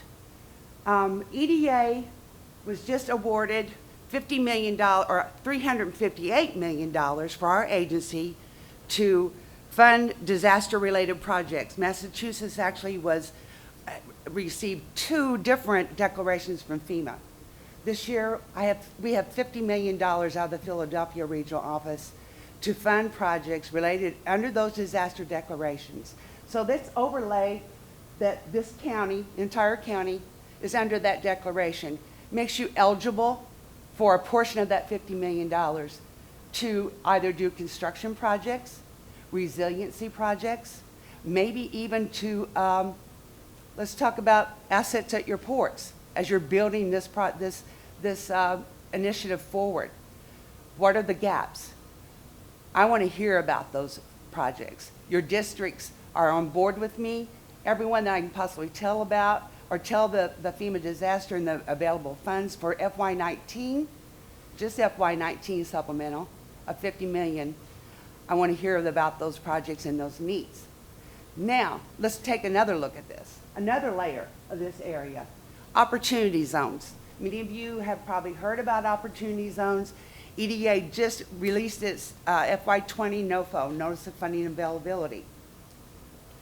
This region, this project's region of impact, has 25 designated opportunity zones. And whether you realize this or not, when you are locating or benefiting, or proposing a project that benefits or is located in one of those opportunity zones, which I believe New Bedford has 4 or 5, automatically eligible for EDA funding. So as you're developing this project, you also have identified needs and gaps. I want to hear about those because this is just a seed that EDA has provided to this region that to jumpstart your initiative, the support of your congressional representatives, local elected officials, universities, colleges. Everyone has been on board, and I know that this is going to be one that EDA is going to hang its hat on for years to come. So do me proud and contact me about anything that we have going forward. I want you to meet with your economic development districts. I want you to give them a call because there's gaps here that we need to feed or that we need to identify and that we need to take care of at this point as you're going forward. I want to thank you all today. Thank you, Congressman Kennedy, for all your work, and Keating. Wouldn't happen without you. Your support is so important to EDA, showing the support to community. And I hope everyone has a great day, and thank you, and go forward.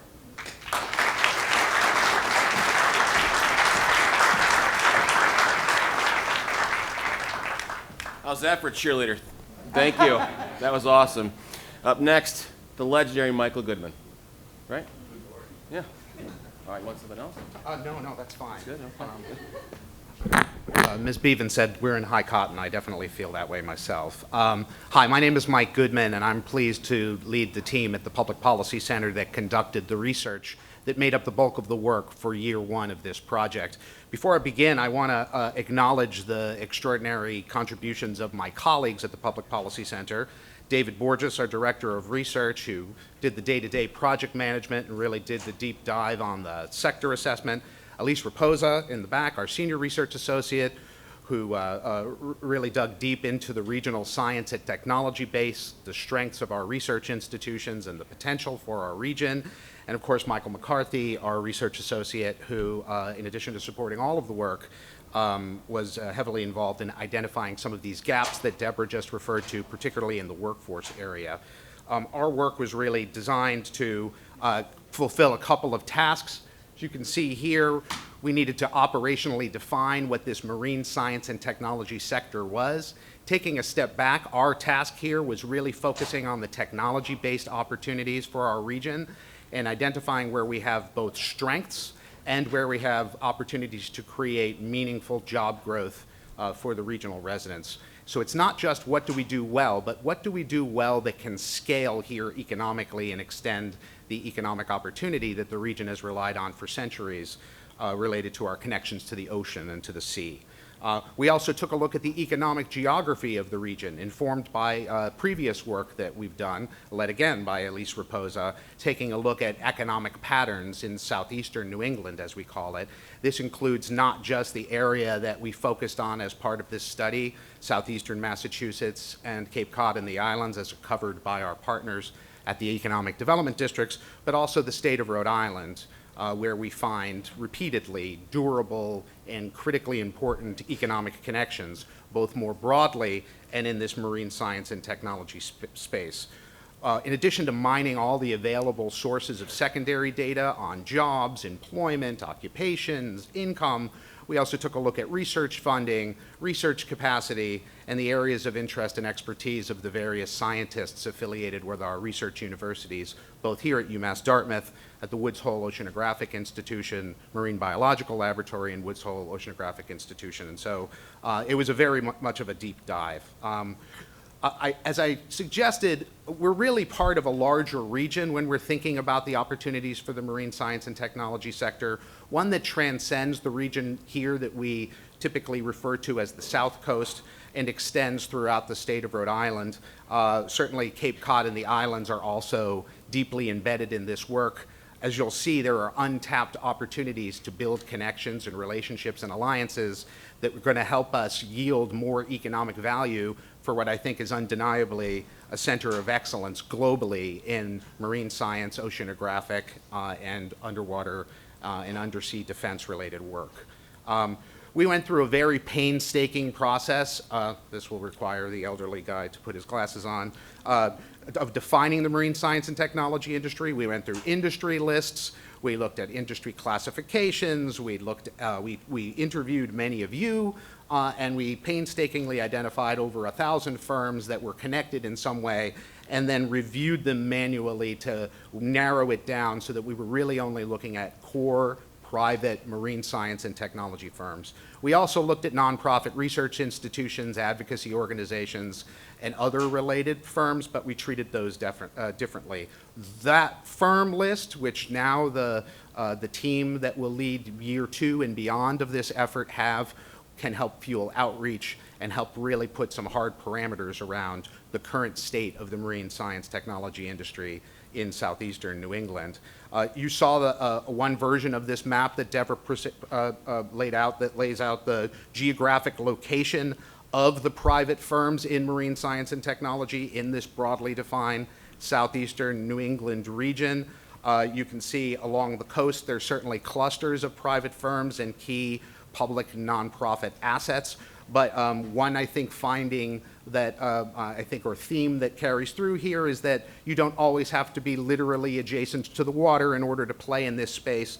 In fact, our analysis of small business innovation research and small business technology transfer awards from the federal government found that Middlesex County, not a coastal county in Massachusetts, has the lion's share of those kinds of awards here in Massachusetts. So we can both trade on our access to this wonderful resource, but I think we have to keep in mind that there are also opportunities in this space for some of our inland and non-coastal communities. I think this is particularly relevant when we think about Ms. Beavin's, I think, important reminder that we have to be thinking about resilience and climate change, which I think both represent threats and opportunities for the blue economy and the marine science and technology sector in our region.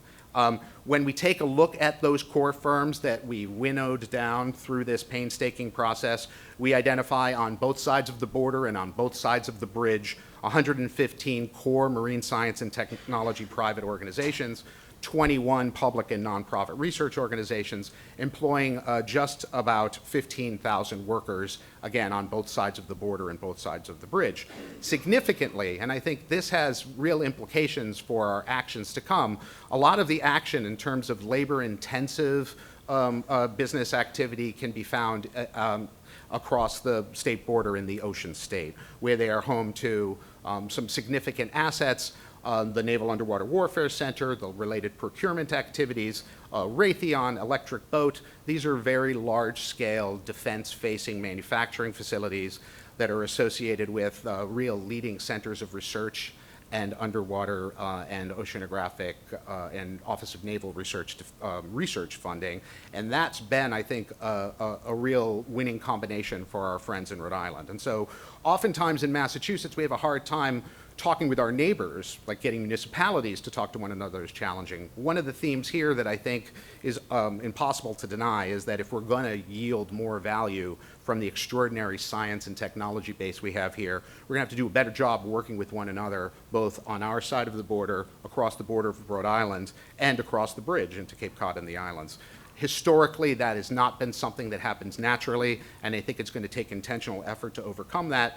I am pleased to report that my colleagues and I find that it's well worth it, that there are real opportunities here if we can organize ourselves appropriately to seize them.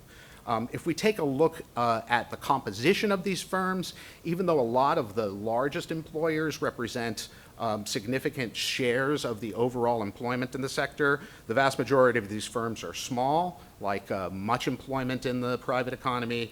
About 8 in 10 of these companies employ fewer than 50 workers. Just about half employ 10 or fewer. So these are smaller firms clustered in some predictable ways that have the potential to grow, but for a number of reasons we'll discuss, haven't been able to get to scale in recent years. I think the challenges that help explain those outcomes represent potential opportunities for growing the sector to some scale. If you take a look at what's been driving economic growth in the United States and in New England, and particularly in Massachusetts and Rhode Island, it's been the quote-unquote innovation economy, these higher value-added, high technology-intensive enterprises that don't always have the largest employment base, but they drive exports and they provide lots of opportunities for existing suppliers in our base. The southeastern New England region has been home for decades to a highly skilled, well-experienced advanced manufacturing sector. And so many of the customers of our machine shops and advanced manufacturers are in fact these smaller firms and these larger firms. And so I think there's an opportunity to scale that and to recognize that even though this industry is small, I mean, one way of looking at this data is to say 99% of employment in the larger region is involved in something else. The other is to say this could be a potential growth driver where that 1% of employment could really lead to all sorts of business opportunities throughout the supply chain. This includes the traditional science and technology applications and a lot of the exciting stuff that you have been hearing and will be hearing about the pending offshore wind developments, which I think represent a gigantic area of economic opportunity for the region. If you take a look at the industrial base of our broader region and our presence in the innovation economy, the other sort of sexy target industries in the area like biopharma and medical devices, information technology, are less present at scale. And so one thing I think it's important to keep in mind is if you're going to build a successful economic development strategy, you need to build on your strengths and your assets, and you need to leverage the opportunities that are there. This is what this broader region, this cross-border, cross-regional area that we call southeastern New England has to offer. And so what I would say to a skeptic is, if not this, then what? If we take a broader look, you can see that nestled in and co-located in many cases with these private firms are a variety of important supporting organizations, the research institutions themselves, the federal agencies in many cases who are sponsors or clients or partners, and a wide variety of nonprofit and other advocacy organizations that are committed to helping to protect the key resource that I think fuels the comparative advantage of our region in this area, and that is the natural resources and the marine ecosystem that fuels our living resources sector, helps make our port apparently the Chancellor, the greatest one in the whole world, and creates a lot of other opportunities for economic activity and development. I do think when we're thinking about alliances and next steps, we have to recognize that right now, as I alluded to earlier, these collaborations are pretty opportunistic and ad hoc. We document a number of investigator to investigator kinds of relationships between scientists here and scientists at the University of Rhode Island or at the Woods Hole Oceanographic Institution. We certainly have some MOUs and other kinds of formal agreements, but we haven't really seen the kind of durable, active partnerships that lead to new projects, new development, and ultimately new jobs and growth in the regional economy. The clustering of the marine science and technology sector regionally definitely lays out horizontally, but actually operates more vertically. So if we start from Cape Cod, you can see in and around in the shadow of the Woods Hole Oceanographic Institution, we've got a variety of firms that are directly connected to Woods Hole or indirectly through supply chain relationships. They're selling them equipment and technology. They're subcontractors for various projects. And there's a deep expertise there and a notable employment base in oceanographic and ocean science, ocean and underwater robotics, and instrumentation. Those are fairly mature industries, but they do seem concentrated on the Upper Cape. Here in southeastern Massachusetts, we do a little bit of everything, but I think the biggest potential technology-fueled sector for the local economy here in southeastern Massachusetts along Route 195, say between the Fall River and New Bedford areas, is that offshore wind space. We have very strong scientific talent and capacity here at UMass Dartmouth.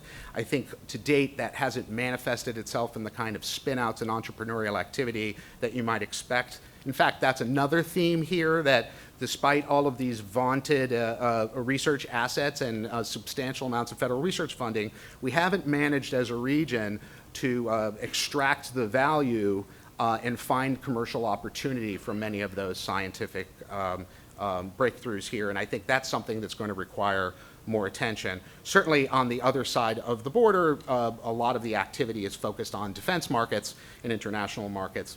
Thinking about the future, the overall reliance of the region on federal funding and defense funding has certainly been the fuel for the regional marine science and technology sector, but I think we need to find more diverse and private sources of capital, if anything, just to diversify that and reduce our dependence, in as much as I think it's hard to predict what the future spending patterns of the Navy will be into the future.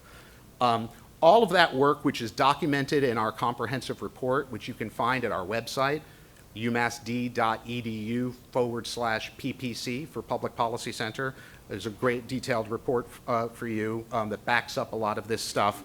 Our task was to identify implications for action, how we build on what we have to create viable, high-quality economic opportunities for our communities and for our neighbors and for our institutions. The first of those, I think, is to recognize that we can be very strong in certain science and technology areas, but not necessarily located in a region that is fertile ground for building those opportunities to scale. So there may be things we invent here that get built elsewhere. But if we're interested in creating jobs here, and here I mean southeastern New England, then we're going to have to make connections between these technology areas and a number of the traditional maritime sectors that might well benefit from these technologies or be clients or customers for some of these smaller firms. I think that's the combination of factors that really will help distinguish those opportunities that can be born, can gestate, and can grow to scale here as compared to opportunities that may well lead to growth in the larger economy, just not around here. That really involves helping our defense-related firms, particularly the smaller ones, find commercial markets for their work. Many of our leading firms, for example, in marine robotics, and I know you'll hear from some of them later, rely very heavily on defense markets and certain large scientific enterprises. The pricing of those products makes them less attractive in the commercial marketplace. If you take a look at robotics growth in other parts of the state, say in the big greater Boston area where iRobot turned a defense application into something that will, let's see, it will vacuum the rug, it will clean your gutters, and I think will clean your pool for a fee, but it's not a $75,000 fee. So I think finding those commercial markets is important. A huge amount of local economic activity connected to the sea is connected directly to the living resource sector. That is extracting value from the ocean. We're talking here about fishing and all related industries and fish processing in particular. At this point, energy obviously is another opportunity that you heard about earlier. That sector is starting to incorporate new technology that can help make it more competitive and deal with the challenges presented by tightening federal regulations, a changing ecosystem, and climate change and the rising tides. I think to the extent we can connect those dots and help those technologies that are being developed here meet the needs of some of these traditional industries, we can connect the past to the future and give these firms a reason to grow and thrive here. Offshore wind, certainly within the Rhode Island, southeastern Massachusetts area of the region, represents a gigantic economic opportunity for the region. I couldn't agree more with Seth that lower priced electricity and clean electricity is its own reward economically. But work we've done at the Public Policy Center that can be seen on that same website at our offshore wind economic project, which monitors these things, documents in great detail the employment opportunities that will flow from this, the supply chain potential, which is substantial, and it could really be game-changing for the region. So I think emphasizing that and trying to find as many ways as possible to support the development of that sector here, particularly the manufacturing supply chain, should be a top priority for this initiative based on the findings of our research. And then I think the same kinds of threats that are presented to our region by climate change and the rising tides represent opportunities for our research institutions, our private sector, and our universities to help develop solutions and to turn those challenges into opportunities. I don't think that's going to be easy, but it's certainly something that we both need to do to protect what we have and to potentially grow and take this to the next level. I think federal funding, as I mentioned earlier, is the lifeblood of this industry. I think it goes without saying that if those defense dollars and those federal research funds start to slow, that we would have a corresponding decline in activity here. Right now, we're highly dependent on that. We need to do something about it, and I think we need to diversify the recipients and the sources of funding that fuels regional science. A lot of the work we do now is in the basic research area, which is wonderful. One of my hats I wear here is as Faculty Senate President, so I'm not in the business of saying this is good science and this is not good science. But if we're focused on science that's going to lead to commercial applications and jobs in the region, we're going to have to be targeted. The opportunities to respond to changing environmental threats include things like helping to incorporate more technology and automation into our local fish processing industry, helping to connect some of the natural assets in the region to existing industries elsewhere, pharmaceuticals, nutraceuticals, cosmetics that can flow from ocean sea plants and those sorts of things. There is going to be the need to upgrade the fleet, which connects to the port, recreational and commercial as well, and vessel electrification could be something that could grow here given the regional base in shipbuilding, boat building, and related materials work, particularly in Rhode Island. And then I do think the global need for advancement in these areas itself will drive federal science spending going forward, and so positioning ourselves to be recipients and to be experts, both here at UMass Dartmouth, at Woods Hole, at URI, and at the private sector, I think is going to be key to capturing the full benefits of the opportunities presented by the blue economy. When we take a look at workforce needs, there's two fundamental problems. One is quite common now in Massachusetts, New England, and the United States, and that is we need more engineers. But I think one of the takeaways from our work is that the kinds of engineers that are needed are more specialized than the ones that are often produced by our regional institutions or major sources of engineering talent nationally. One of the things I would highlight, and we go into greater detail in the report, is the need for certain kinds of software engineers, presently, you need those that can do things like assembly language and embedded software, and as long as nobody asks me what either of those things mean, everything is going to be fine. But this is what we were told was needed, and that does not appear to be aligned with the curricula of some of the local programs. So there are opportunities there. Just as much of a challenge, though, isn't necessarily the raw number of engineers that are being produced, but the ability that local firms and institutions have to persuade them to make a life and a career here. So the competition with more regions that are nearby and more densely populated with opportunities, say the greater Boston region, for example, is very, very significant. And so finding ways to make this place more attractive to folks and doing a better job of trying to produce a pipeline of engineers that align with the skills that are going to be required in this sector is something that needs to be taken quite seriously. The technical skills end of this, I think, is a positive story for the region because it represents an opportunity. If you take a look at performance of our region, even in good times, we're consistently about 30 or 40% higher in our unemployment rate than the state of Massachusetts, for example. So we have our disproportionate fair share of unemployed and underemployed people. Some of that has to do with the regional skills base, but if we could help get some of these folks better technical skills, they would be in a much better position to fill the jobs that are going to be created by the offshore wind industry, to staff up the potentially at scale supply chain jobs that could be available in that same industry, and to support the growth in technology-based defense work and other related work if we're successful in this enterprise. I think it's important to note that the employers value these basic skills. They don't always necessarily need credentials, and so it may not always be new programs that are needed, but rather better communication between the private sector so that we can better understand its needs and position our students at all the institutions in the region for success in this emerging sector. I do think there are some cultural and practice-oriented barriers that are worth highlighting here, which will also need some serious attention. When we conducted a survey of those 115 firms, those that responded, called for, described the many ways in which they relate to research institutions and universities. And I think there's a lot of that that's going on, but there's certainly more that could be done. When we ask them what is it that they need, what would help make it possible for your sector to thrive in this region, they say more research partnerships with academic institutions, more increased engagement with them, support services for technology transfer, including legal support to help get IP protections, patents, copyrights, that sort of thing.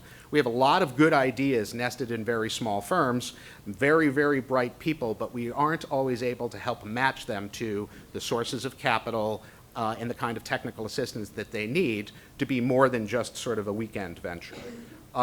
This, I think, is going to be key to yielding more private sector economic activity from our existing and very substantial research base. We're bringing in hundreds of millions of dollars from the federal government. We're doing exceptional cutting-edge research, but we're not having the kinds of bang for that buck out in the region job and economic development wise that we should expect. And so some of that has to do with that applied basic science orientation that has made this region the center of academic science in this area.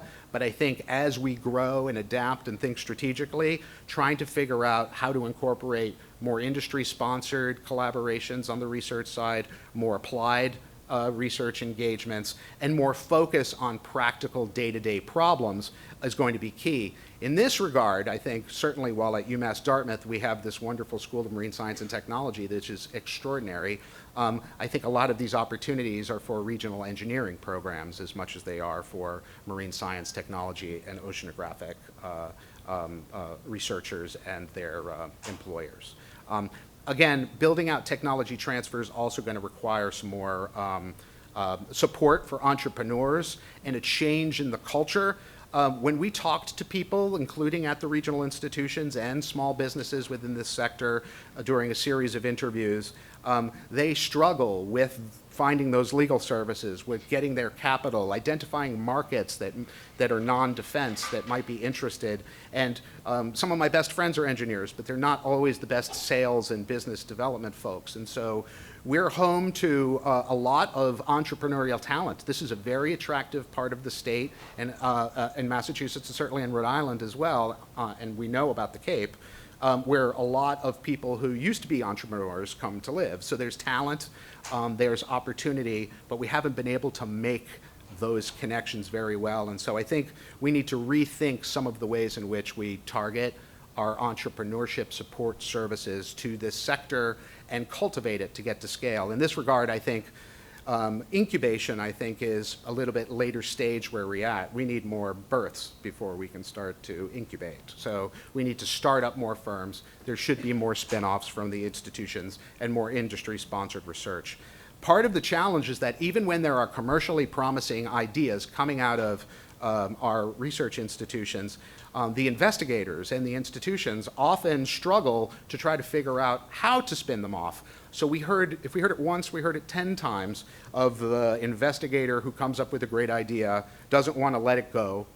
There isn't an obvious licensing partner, and so they spin out their firm, which they run on weekends and summers, and it performs just like a firm that operates on weekends and summers, right? So it may be good enough to maintain its staff, it may be good enough to keep the research funds coming in, but it never grows to a scale that has a substantial local and regional economic development impact at scale. If we want that to change, we really need to reinvigorate our attention to helping produce new entrepreneurs, helping provide support to scientists and people who are entrepreneurially inclined but may not have the skills and the support that they're going to need to succeed. The other issue, I think, relates to capital, and part of this is educational, but part of this is a challenge presented by the products that, at least to date, have emerged out of the scientific enterprise in the region. Access to capital to get to scale is an issue. We are adjacent to a center of investment capital in the United States, the greater Boston region, but to date we really haven't been able to persuade those investors that there are opportunities in southeastern New England that merit them taking a chance and making a risk. Part of that is they don't see a clear path to an obvious commercial market or a clear path to the kind of scale that's going to allow them to exit those investments with the kind of profits they've come to expect from other tech sectors, including healthcare and information technology. So telling the story is going to be important, but it's got to be more than just networking events and wonderful events like this. It's got to be presenting investors with viable commercial opportunities to help start to change the perception of the opportunity here and start to attract that capital so that this cluster can start behaving in a more economically impactful way. I mentioned earlier that I wasn't going to make judgments about science, but one of the things that we did, and I again want to acknowledge Elise Raposa here, was to take a hard look at the region's technology strengths and identify those that represent the best opportunities for job creation within southeastern New England. So a couple of caveats.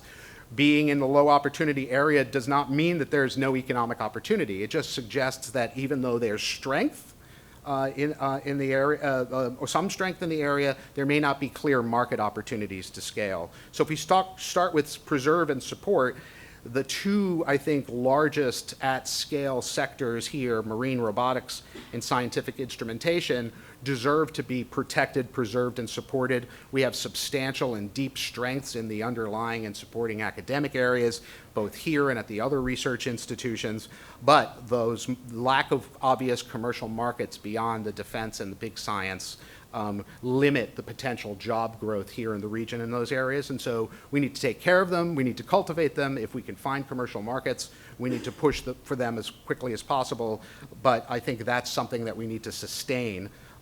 When we look at the high opportunity areas, it's really opportunities to capitalize on unique skills and unique strengths and unique assets that are present here that are either present or absent elsewhere or present in a less competitive arrangement.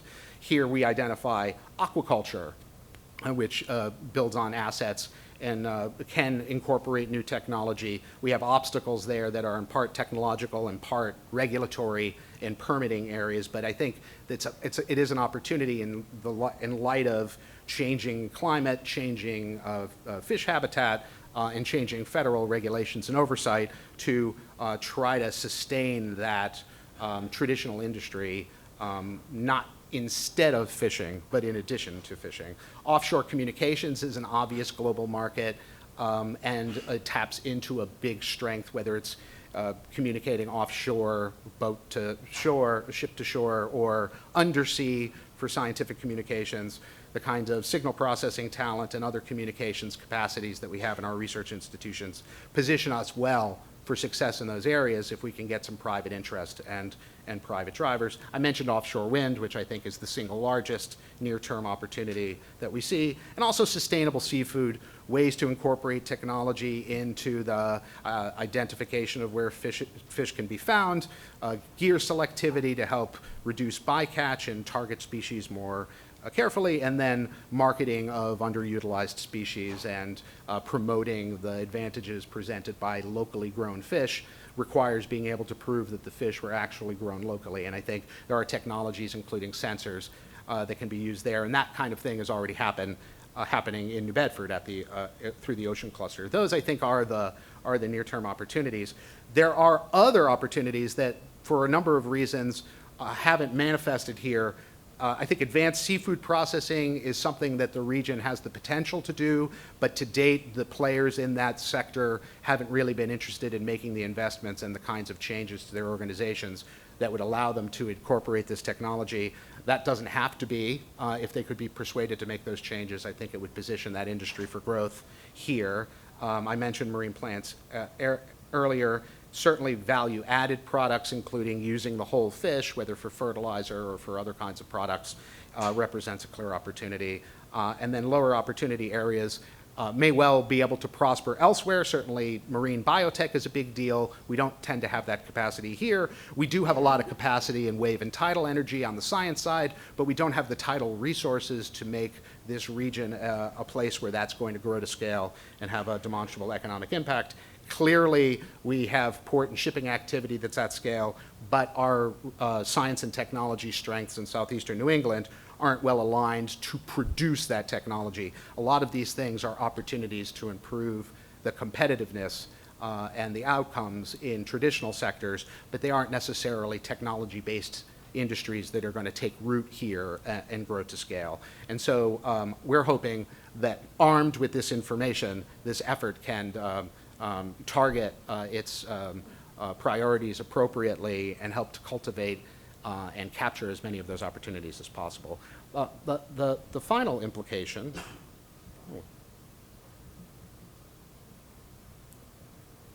or maybe not. I think we want to learn from our mistakes. I think historically, and I've been following Massachusetts economic development for a long time, there are a lot of cluster initiatives that go off the rails because they focus on the wrong thing. They focus on recruiting firms from outside of the region. They focus on networking and sort of more activities that are better for chambers of commerce than for university-based economic development activities. I think if we're going to take full advantage of the substantial opportunities present by the marine science and technology sector, we need to take action to capitalize on them, and we need to, I think, build on these implications and craft a work plan in the second year that gets us where we need to go. It's been my pleasure to lead the team that's been involved in this first year. This presentation in particular concludes our participation in the project. We look forward to watching it succeed. Thank you very much.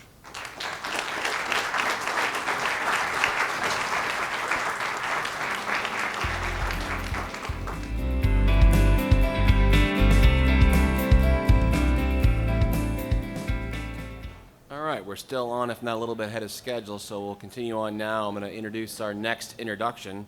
So introduce the introducer, I guess, right? Sounds good. Representative Tony Cabral from New Bedford is here to introduce our friends from many, many miles away. Tony's the chairman of the bonding committee. I'm not sure what that does, Tony, but it sounds like it's pretty important. So without further ado, Representative Tony Cabral.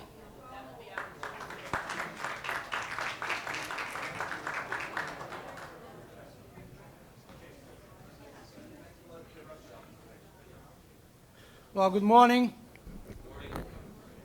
We are ahead of schedule. That means I have more to speak than I was allotted. It's always wonderful that you have more time at the microphone.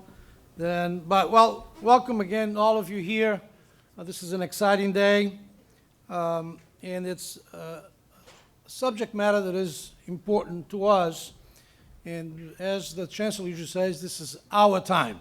And this is our time in reference to the blue economy. I think we have all the ingredients, if you will, to be the leading region, not only in the state, but in the country around the blue economy.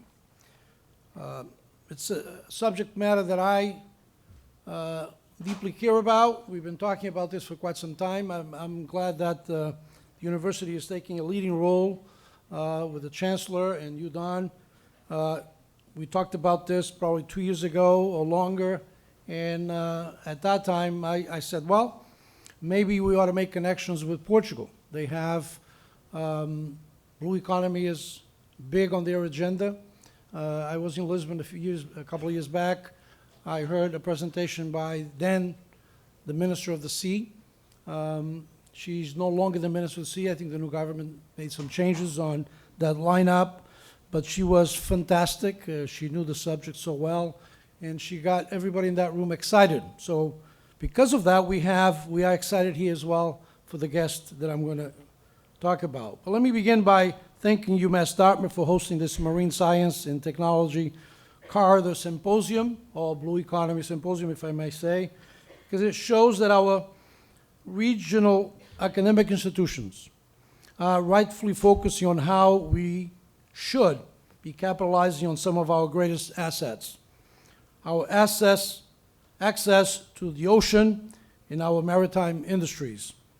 As we have heard earlier today, and I think was exciting presentations also about offshore wind in this area, with a partner, which is a Portuguese company, EDP Renewables, which I visited when I was there 2 years ago on that, 3 years ago in the tour, an energy tour. I visited their headquarters, and I visited a smart city demonstration in Évora and smart metering, which in Massachusetts, we were supposed to adopt smart metering about 5 to 8 years ago under the old leadership of the DPU, but that hasn't happened yet. There are so many components of marine science, and from a governing perspective, we have to embrace all of the data and the analysis available to us to put forth policies that will pay off for future generations of fishermen, tradesmen, engineers, academics, and other hardworking folks in our region. This is why these gatherings of such great minds are important and critical. It is my pleasure to introduce Dr. Conceição Santos. I think some of you have been having a difficult time with that name. Deputy Director of Maritime Policy within Portugal's Ministry of the Sea. And just think about it. I don't know many other countries, if any other country that actually has a full ministry called the Ministry of the Sea. In Europe, in the European Union, that's the only country that really has a Ministry of the Sea. It shows how important it is for Portugal and how much we can really learn and partner with Portugal in this matter. And this for us, is natural. This region has so many partnerships already with so many other things to do with Portugal and the Azores and other Portuguese-speaking countries. A true expert in this booming industry, her analysis and work within the Maritime Policy Department, specifically on the social economic impacts of blue economy, has been influential both in Portugal and on the international scale. We can learn a great deal from Portugal, Blue Tech Accelerator, which aims to assist ocean startup businesses and tap into the full potential of various ports. New Bedford is the most profitable, and I say profitable fishing port in the entire country. We need to maximize both its growth and the sustainability. I am sure we will learn about a number of invaluable tools being utilized in Portugal to transform our maritime industries here on the South Coast for the better. I'm excited to really have the next presenter talk to us, Dr. Conceição Santos. Thank you very much for taking the time to come and be with us at this is such an important symposium. Bem-vinda. Obrigado.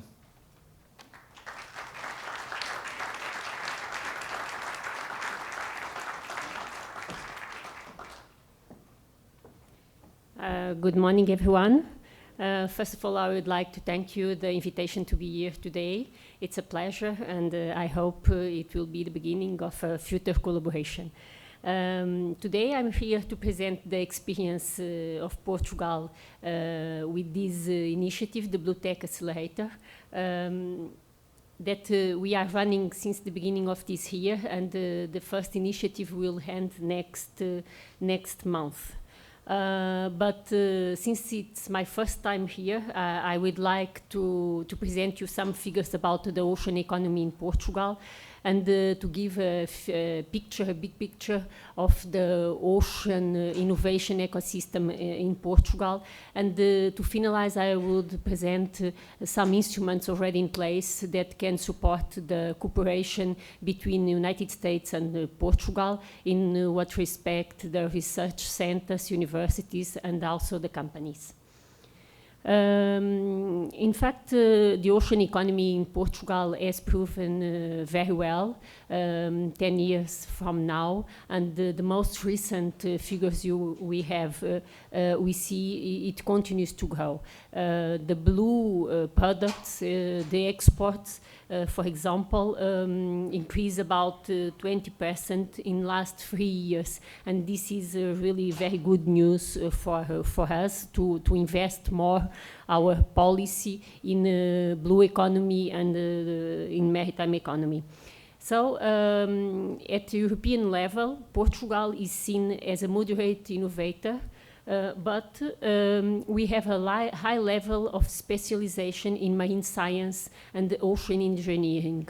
The average in Portugal is higher than the European level, at the European level. So this is good news to rely on the ocean economy in the innovation in ocean economy. And we continue to invest a lot in R&D in the ocean economy, but there is a but. This investment is made essentially by higher education and universities and research organizations, and less by companies. So at the policy level, we have two main challenges. We need to put them to work together, the research sector and the business sector. And we have another challenge, because we receive a lot of complaints from researchers and technological sectors saying that they don't have full access to the front water to test the technologies. That's why we designed the Blue Tech Accelerator like it is. But the Blue Tech Accelerator was designed in a more comprehensive analysis of the Portugal Blue Innovation ecosystem, from the research development in the universities and research centers. The best ideas is going to the incubators, where people, probably good engineers, but not with management skills, with not information about how to protect intellectual property and so on, they can have additional training. And of course, it's in this context and in this sequence that appears the Blue Tech Accelerator. The Blue Tech Accelerator, it is based on open innovation concepts. It put together mature companies and startups in order to reduce the risk and to give confidence to the startups to reach the market, because when we create this kind of ecosystems between mature companies that give the startups the innovation questions, we see that the risk decrease. And in this concept, for us, the ports play a major role. because they, of course, they today with globalization they face a lot of innovation challenge, but because they can be the interface between the industry and the research centers and the innovators, because they have the access to the front water. They are very connected with the industries in the hinterlands, and because in ports they have facilities very important for those that develop technologies that need to go to the ocean. So for us, the ports and the port tech clusters are very important. The clusters need to work in a network, because the clusters associated with the hinterland are different one from the others. So they have here a major play to roll. And of course we are working a flow for finance, because we need to diversify and to combine different sources of funding in order to fill some gaps we find between the research where we can start with grants to the markets when we rely on loans. And in the meanwhile, we need to work with both. For example, with grants, with less support. So we are trying to combine. In the Ministry of Sea, we run the Blue Growth program, that is a program with Iceland and Norway to improve our ocean economy in cooperation, international cooperation with these two funds. We have a national fund that is the Blue Fund, all dedicated to the ocean issues, from the research to the environment protection and also to the companies and the market.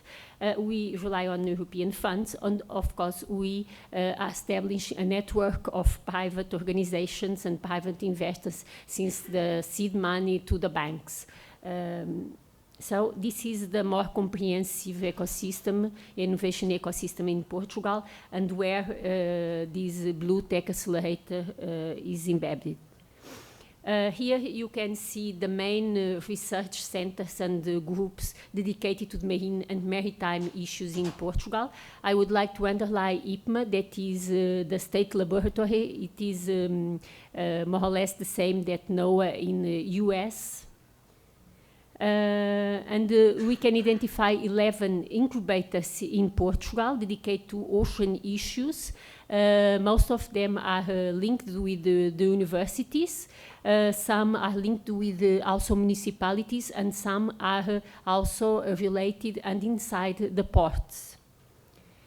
And we have one cluster officially recognized in Portugal. It's a national cluster, and they are very important for us, including when we think about the internationalization of our economy, our blue economy, and international cooperation.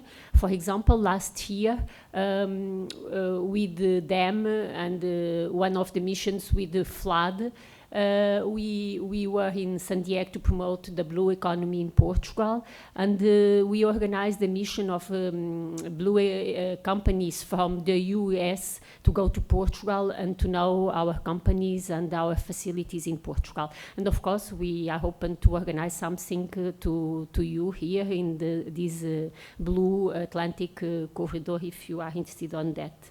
And if you want to make some contacts, they will have their annual event next month. It's always a good opportunity. And this year they will have also the opportunity to have there the Atlantic Stakeholder Conference, that is the major conference in the European level for the Atlantic.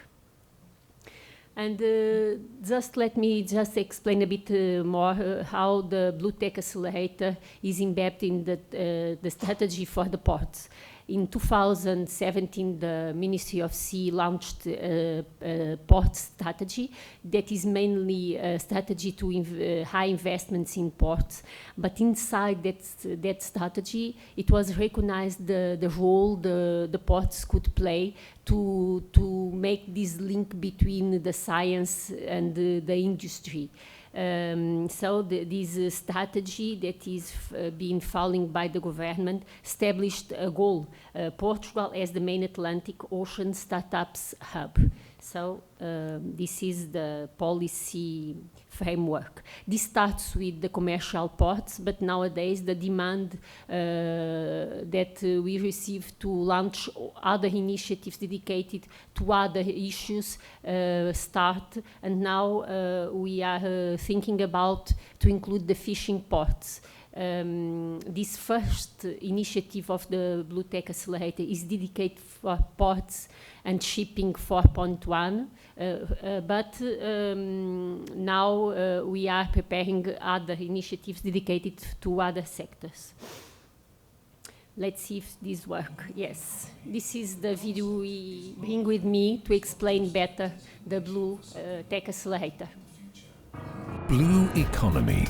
The concept is not vague, is not just a designation for something that will happen in the future. Blue economy exists now, here. It already handles millions of euros and represents thousands of jobs. With the right tools, with the right incentives, you have the potential to go even further. We have just begun to explore the full potential of the oceans. That's why we created the Blue Tech Accelerator. On one side, we bring together the main players in the sector. On the other side, we have joined the most promising startups of technological roots and who want to develop work in these areas. And in doing so, we are bringing together innovation and economics, science and tradition, knowledge and experience. Everything works in a very simple way. First phase, applications. We invite startups who want to work in this area to apply for the program and select those with the highest potential. Second phase, boot camp. The selected startups are invited to a week of work where we will approach methodology, business models and tools, contributing to the validation of the products they represent. The best startups will then have the opportunity to develop pilot products with the best partners in the industry. Third phase, pilot development. The program provides for a period of 3 months for the development of the pilot product, a period during which selected startups have access to mentoring, training, and the Blue Tech Accelerator Partner Network. Fourth phase, Demo Day. The program concludes with the presentation of the different pilot products to an audience of potential investors and industry partners. A program that aims to create a true ecosystem of innovation and business acceleration in the most important traditional and emerging areas of the blue economy. By doing it, we are also contributing to the development of a whole new generation of Portuguese entrepreneurs, both at sea and to the sea. Blue Tech Accelerator, creating a new ocean startups generation. 97% of our territory is ocean. Most of the international trade is still done by sea, and we are reaching a moment where sustainability of the oceans is a key factor to improve the life in the planet. The blue economy is 17% more productive than the overall economy. The future of Portugal resides in the ocean and in the development of a sustainable blue economy. The Ministry of the Sea has a clear goal, is to build a new ocean startup generation. Os Blue Tech Accelerators são uma peça fundamental da política do mar em Portugal para ligar àquilo que é tradicional, ainda que eficiente e tecnologicamente avançado, àquilo que nós pretendemos que também seja feito, não só no desenvolvimento dessa atividade tradicional, mas também de novas atividades ligadas ao mar. The Blue Tech Accelerator is a program that puts in contact some of the major players of the industry alongside with the most promising startups. The boot camp is the most important week of the program. We have 87 applications, startups from 29 countries in the world. For the startups will be the moment where they can finally select the best pilot proposal for the best partner after all the interactions that will happen during the 4 days. Here we have the ecosystem for the acceleration partners to find the solutions that will make the difference and make their business not only more profitable, but also more sustainable in the environmental point of view. For Portugal, it's important because it's our next frontier of sustainable economic development.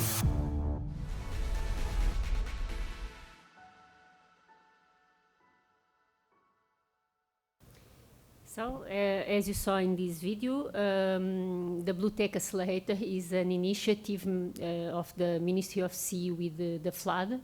We invited 5 mature companies, 2 ports, 2 shipping companies, and 1 technological company. They identified the questions for innovation, and then they launched a call for applications and received 87 proposals. And I would like to say that 13 were from the US. So we receive from all around the world. One aspect that is also important in terms of financing is that they are taking some of the risk, because just half of the cost of the product of this program is supported by the Flood and Ministry of the Sea, but the other half is supported by the major companies. So we will have the final event next month, and we are having a lot of demanding for other editions, and we are thinking of, for example, to have one dedicated to ocean renewable energies, but also to, for example, ocean and climate change, blue bioeconomy, digital ocean, or blue circular economy. It depends on the demand we will have. And now we are working for international collaborations. We are in contact with several clusters in order to have other kind of collaborations in respect to these accelerators. We are working also with the European Commission at the level of the Blue Invest platform, because we would like that the Blue, this initiative could be a hub for startups in this context. And of course, we can see here an opportunity to deepen our collaboration here in this region. This year, Portugal has the chair of the Atlantic Strategy Group that should pilot the European Atlantic Strategy and their instruments for implementation.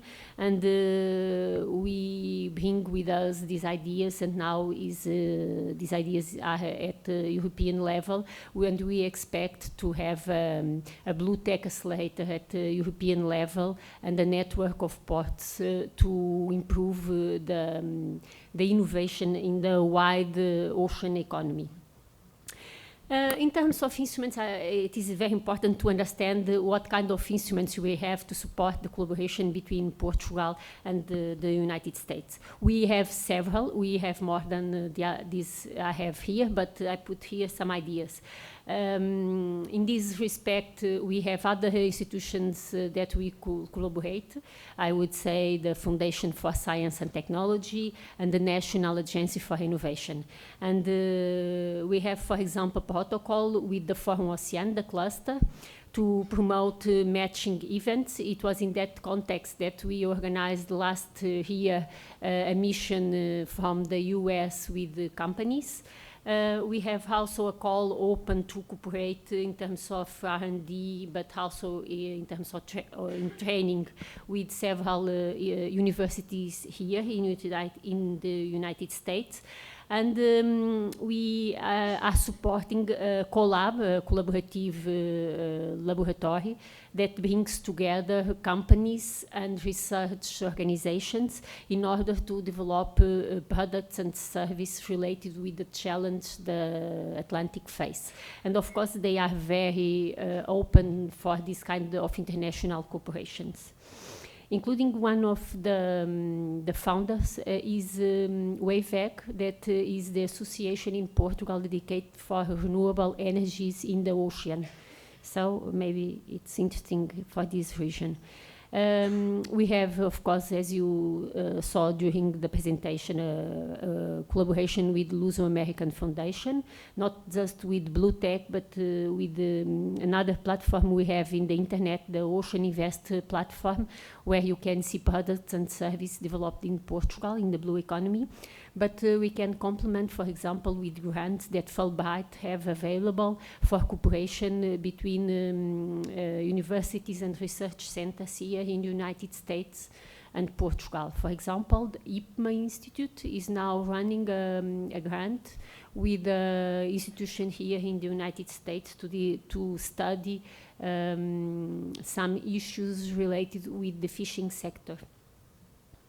And the Blue Fund, now we already have some partnerships at a national level with other funds, but we are open for international cooperation, so it could be an instrument. And of course, next year we will have in Lisbon the conference, the UN conference for the ocean, and you are all invited and very welcome to go to Lisbon. And I invite you to think of maybe a side event that you can build on and present there. So it's this our experience, and I'm open for your questions if you have.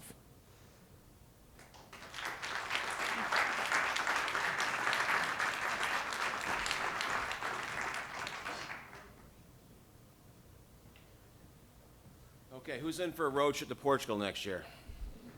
Me too. I think we definitely. Thank you. Great presentation, by the way. That was fun. And next, but surely not least, is Dean Jean. I just love saying Dean Jean, by the way, to lead our next group of folks. And if she had a walk-up song like a professional baseball player, maybe we could go with James Dean. I'm not sure, but is Dean Jean here? Or are we too nice to see you? Sorry, we're a little bit early. That's fine. Oh, that's okay. Sorry, I was outside. There's so many great things happening here, so many opportunities to collaborate. So sorry I missed the initial introduction. I'm Jean Vandergenst. I'm the Dean of the College of Engineering here at UMass Dartmouth. I'm also a professor of bioengineering. And on behalf of my college, I welcome all of you to our panel discussion on protecting America's interests at home and abroad is promoting the region's blue economy. So we're fortunate to have 5 leaders with us today to share their insight on this topic. So our first guest is Ronald Veen. So if you can join us at the front. So Ron is a member of the federal government's Senior Executive Service and serves as the technical director of the Naval Undersea Warfare Center Division Newport. In this role, he is responsible for oversight of 12 technical warrant holders to ensure that the Navy maintains its position as the foremost technical authority over a broad portfolio of undersea warfare systems. Thank you for joining us.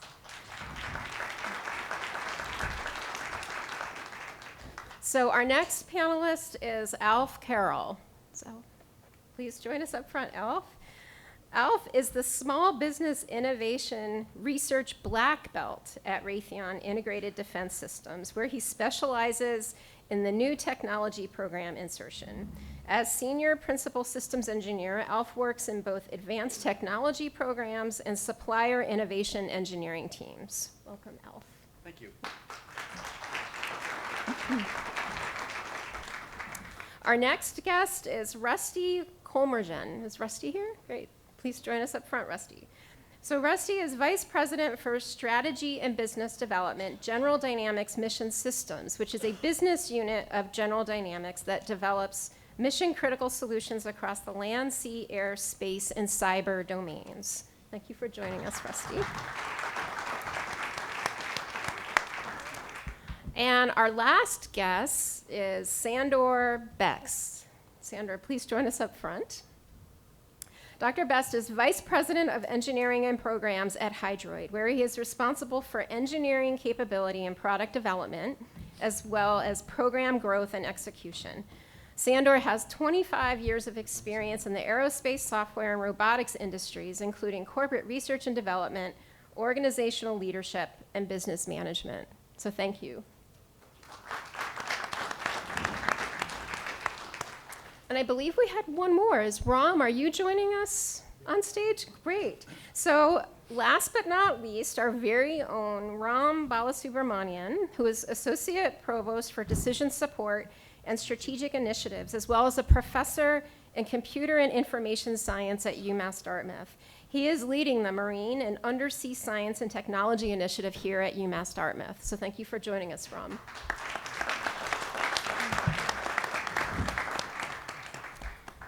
So I thought I would start with a few questions for our panel and then open it up to the audience for questions. But first, let's have each of our panelists start with a brief introduction. If you could please tell us about the work that you do and how it promotes the region's blue economy in 2 minutes or less. I guess I'll go first. Yes, please. I'm Alf Carroll. I'm with Raytheon. I'm the SBIR Black Belt there and work a lot in advanced technology. So the work that I do is to fervently and passionately champion the technologies and developments of many, many small companies. And there's a university interface that periodically comes in with that. SBIR is for small businesses.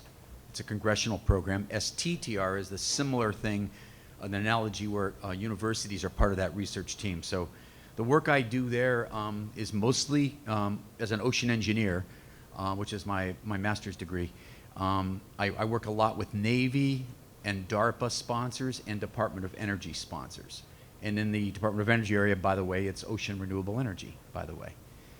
So how that's relevant is there are a lot of blue economy sort of translations that could occur there in I would call it the commercial space.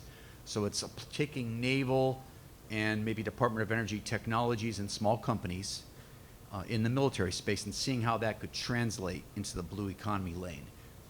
That's my angle. Thank you. You're welcome. Hi, good afternoon. I'm Shandor Betts. I head up Hydroid's engineering and program office organizations. At Hydroid, we're in Pocasset, just on Cape Cod. We develop and deliver marine robotic systems for commercial, marine, and academic purposes. So how we contribute to the blue economy, we have roughly 200 employees in Cape Cod, a little more than that around the world. We prefer to source locally, so we use a lot of South Coast and Cape Cod manufacturers for our business. We prefer to source locally, so as far as supporting our supply chain, we would love to have more and more suppliers in the South Coast area and in the Cape Cod area that we can leverage locally. We also are very active in our communities from a STEM standpoint. One of our employees is the founder and president of the Cape Cod Makers organization, so very much in the maker movement and DIY movement, so very happy to be here. And by the way, Dwayne Fotheringham, our president, was hoping to join, but he sends his apologies. Thank you.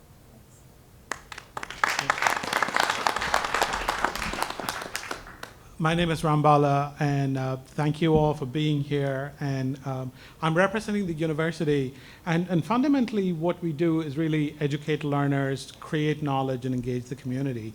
And a lot of our graduates go on to work within 50 miles of where they grow up. So a lot of them stay in the region and certainly in the Commonwealth. So fundamentally, we're in the business of workforce development. They go on to work in the regional blue tech industry, but also well beyond. And a lot of them also go on to get advanced degrees. And what we'd like to also see is have them come here and be entrepreneurs. And so in many ways, we're creating initiatives within the university for our graduates to come here, start local companies and industries, and continue to employ more of our graduates, and so on, and of course engage with already well-established companies in the region. So that's what we are.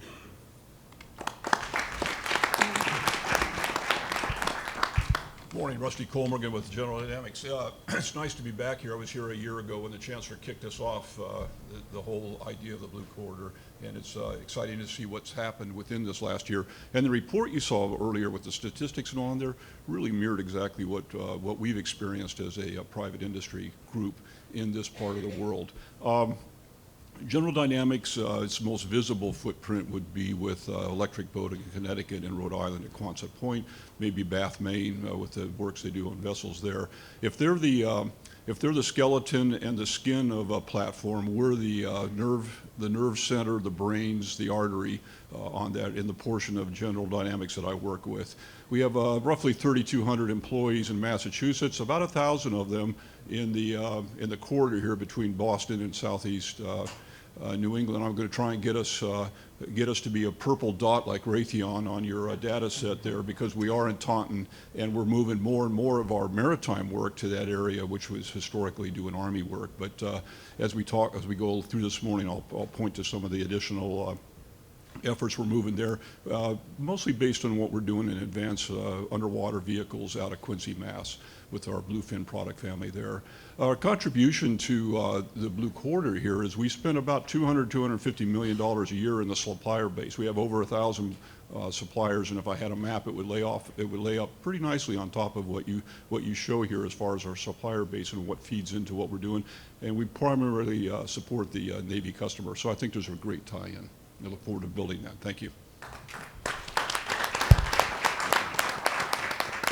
Hey, good afternoon, everybody. My name is Ron Beavin from the Naval Undersea Warfare Center in Newport, Rhode Island. For those of you who aren't familiar with us, there are a total of 10 warfare centers across the entire Navy, comprised primarily of civilians. We encompass about 27,000 civilians across the entire United States. Of those 10, we're the Newport Division, Newport, Rhode Island. There's only 2 that actually focus on what we call undersea warfare, which is basically everything from the seabed up to the surface of the ocean. So when you think about cable infrastructure like you saw earlier today with wind farms, telecommunication cables, that's the seabed area. Then you move up, you get into mines, you get into submarines, and other surface ships actually doing prosecutions of submarines underneath. So our specialty is undersea warfare. We've been in business now for 150 years. It's our 150th anniversary. We actually started out as a torpedo station and has grown through the years, and now dealing with all aspects of undersea warfare. So we deal with submarine combat systems, submarine sonar systems, torpedoes, unmanned vehicles, communication systems, all based out of there. As far as our contribution to the local economy, we are about 3,400 civilians, but the demand for our services in the undersea domain is very, very high. We put out $697 million in contracts last year. That includes both materials and for personnel. In our local economy, we've put out about 2,600 what we call FTEs, or full-time equivalent work years, of support in order to be able to sustain us. We got a lot of experts in our group, but the truth is we can't meet the Navy's demand just organically. We use our industry partners as surge supply and also to bring in expertise from other areas. There's a lot of technologies that are growing across the undersea domain, and we need expertise from a wide variety of resources. Thank you.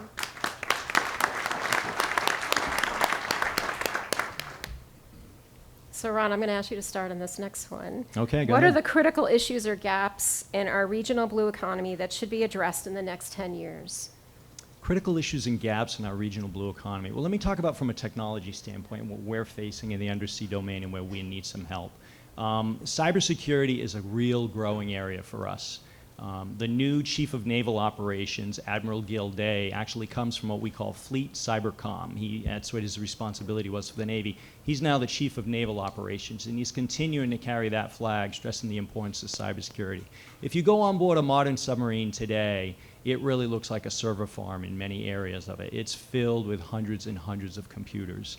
That's one of the challenging areas. The other one, artificial intelligence. As we continue to increase our sensors that we put on board our submarines to gather data, we need the ability to filter through that data in an effective manner to be able to pull out the information that we're looking for. We're looking for other submarines. We're looking for contact information off the electromagnetic spectrum.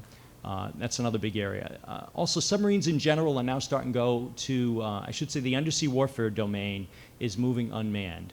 We've seen that in the air community. It's been happening quite a while. Global Hawk, Predator systems have been using those for quite a while. And we are definitely moving in that direction with the undersea world. Submarine platforms of the future are going to have more capability to offboard these systems. So when you look at energy density for these vehicles, when you look at autonomous operations, all of those are critical areas and needs that we have for our future. Sure. So I'll add to what Ron said, more from an operational standpoint. And the first thing is we got to understand the environment a whole lot better than we do. We've only explored about 5% of the ocean. We don't understand what it does to us as Earthlings. We don't know what it can yield for us from an economic standpoint. If you come from a military background like I do, I need to know that a whole lot better than I do now to understand how to exploit it. So deep ocean understanding, scientific exploration, very key, whether it's commercial application or a defense application. I'll underscore cyber again. You'll probably hear that from other folks there. That's a big deal for us from a gap standpoint. Some other things building on the autonomy aspect is to get the benefit, the force multiplying effect that we're going to get out of our autonomous vessels going forward, whether they're shipboard, or excuse me, surface ones or undersea. We've got to be able to do more processing of the sensor information at the edge, where those platforms are, and just send back the snippets of information that are important, not all the data, and have somebody look at it on a mother platform or a ground station or something along those lines. Particularly in the underwater domain, where the transmissions of information in that medium are challenging to get the kind of bandwidth we want and the credibility or reliability that we want out of there. And the air-water interface too, if you want to try and do some linkage there. They're very challenging there. So if we kind of knock down the requirements on the bandwidth because we're doing more sensor processing at the sensor level itself, out on the forward edge, and just send back the tactical, actionable intelligence there, that would be a big deal. And not only does that drive necessary advancements in the sensors themselves, but in how you process the data. So machine learning, deep machine learning is a very critical skill that we need to bring on board, understand, and incorporate into our platforms and our sensors in the future. Thank you. So before I moved to the Provost's office, I was in the Dean's office, and sorry, yeah, it's on. And so I understand. We've worked extensively with the Naval Undersea Warfare Center, and we understand the complexities of autonomy. Autonomy is one of those where if I can sense it accurately, I know exactly what to do, right? And so it's about the sensors, it's about systems, it's about engineering all this into a single unit. And of course, it's about energy. It's energy density, and it's about energy budget and how long they can last and so on. And so this is a complex area which is going to require a diverse set of skills. And that's what we do. We produce engineers that can work on sensors, that can work on the software that's needed, that work on the interface between hardware and software, and so on. But it goes beyond that. It's about ergonomics. It's about understanding hydrodynamics. It's about understanding the ocean characteristics. And so we're doing all that. We're working in the area of cyber. And very exciting news last week, if you didn't follow this, about quantum computing. That's a shift in paradigm, right? So going from bits to qubits is going to require completely different thinking, from even thinking about how to teach this course, how do we put a curriculum around that, and it's going to become pervasive, just like IoT is today. It is computing. I can change the color of my light bulb in my living room sitting here because I've established that connection, because there are processors that allow us to do it. Now if I were to change all that from bits to qubits, what is that going to do? And so all those are great problems to have. We are at the forefront of training students for that technology that hasn't come into being yet. And so we're doing everything that these folks have talked about in terms of training students to be ready to tackle these problems.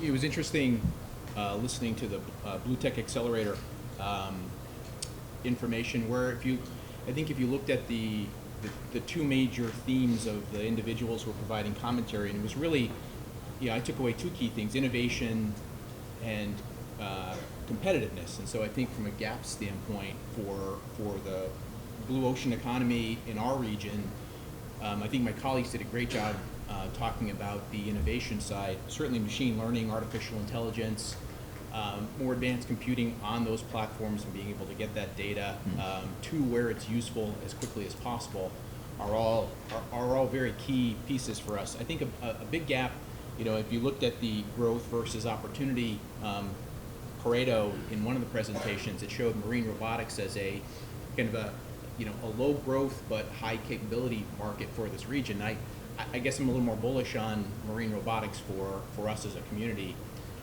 but it will always be a low volume industry. We're not the automotive industry, we're not the cell phone industry, and so we really have to, I think, leverage our academic institutions, our local governments to invest in additional training in lean manufacturing, people who understand really how to do low volume, high mix manufacturing, because we're always looking for ways to take cost out of our product, cost out of our processes. We drive that down into our supply chain.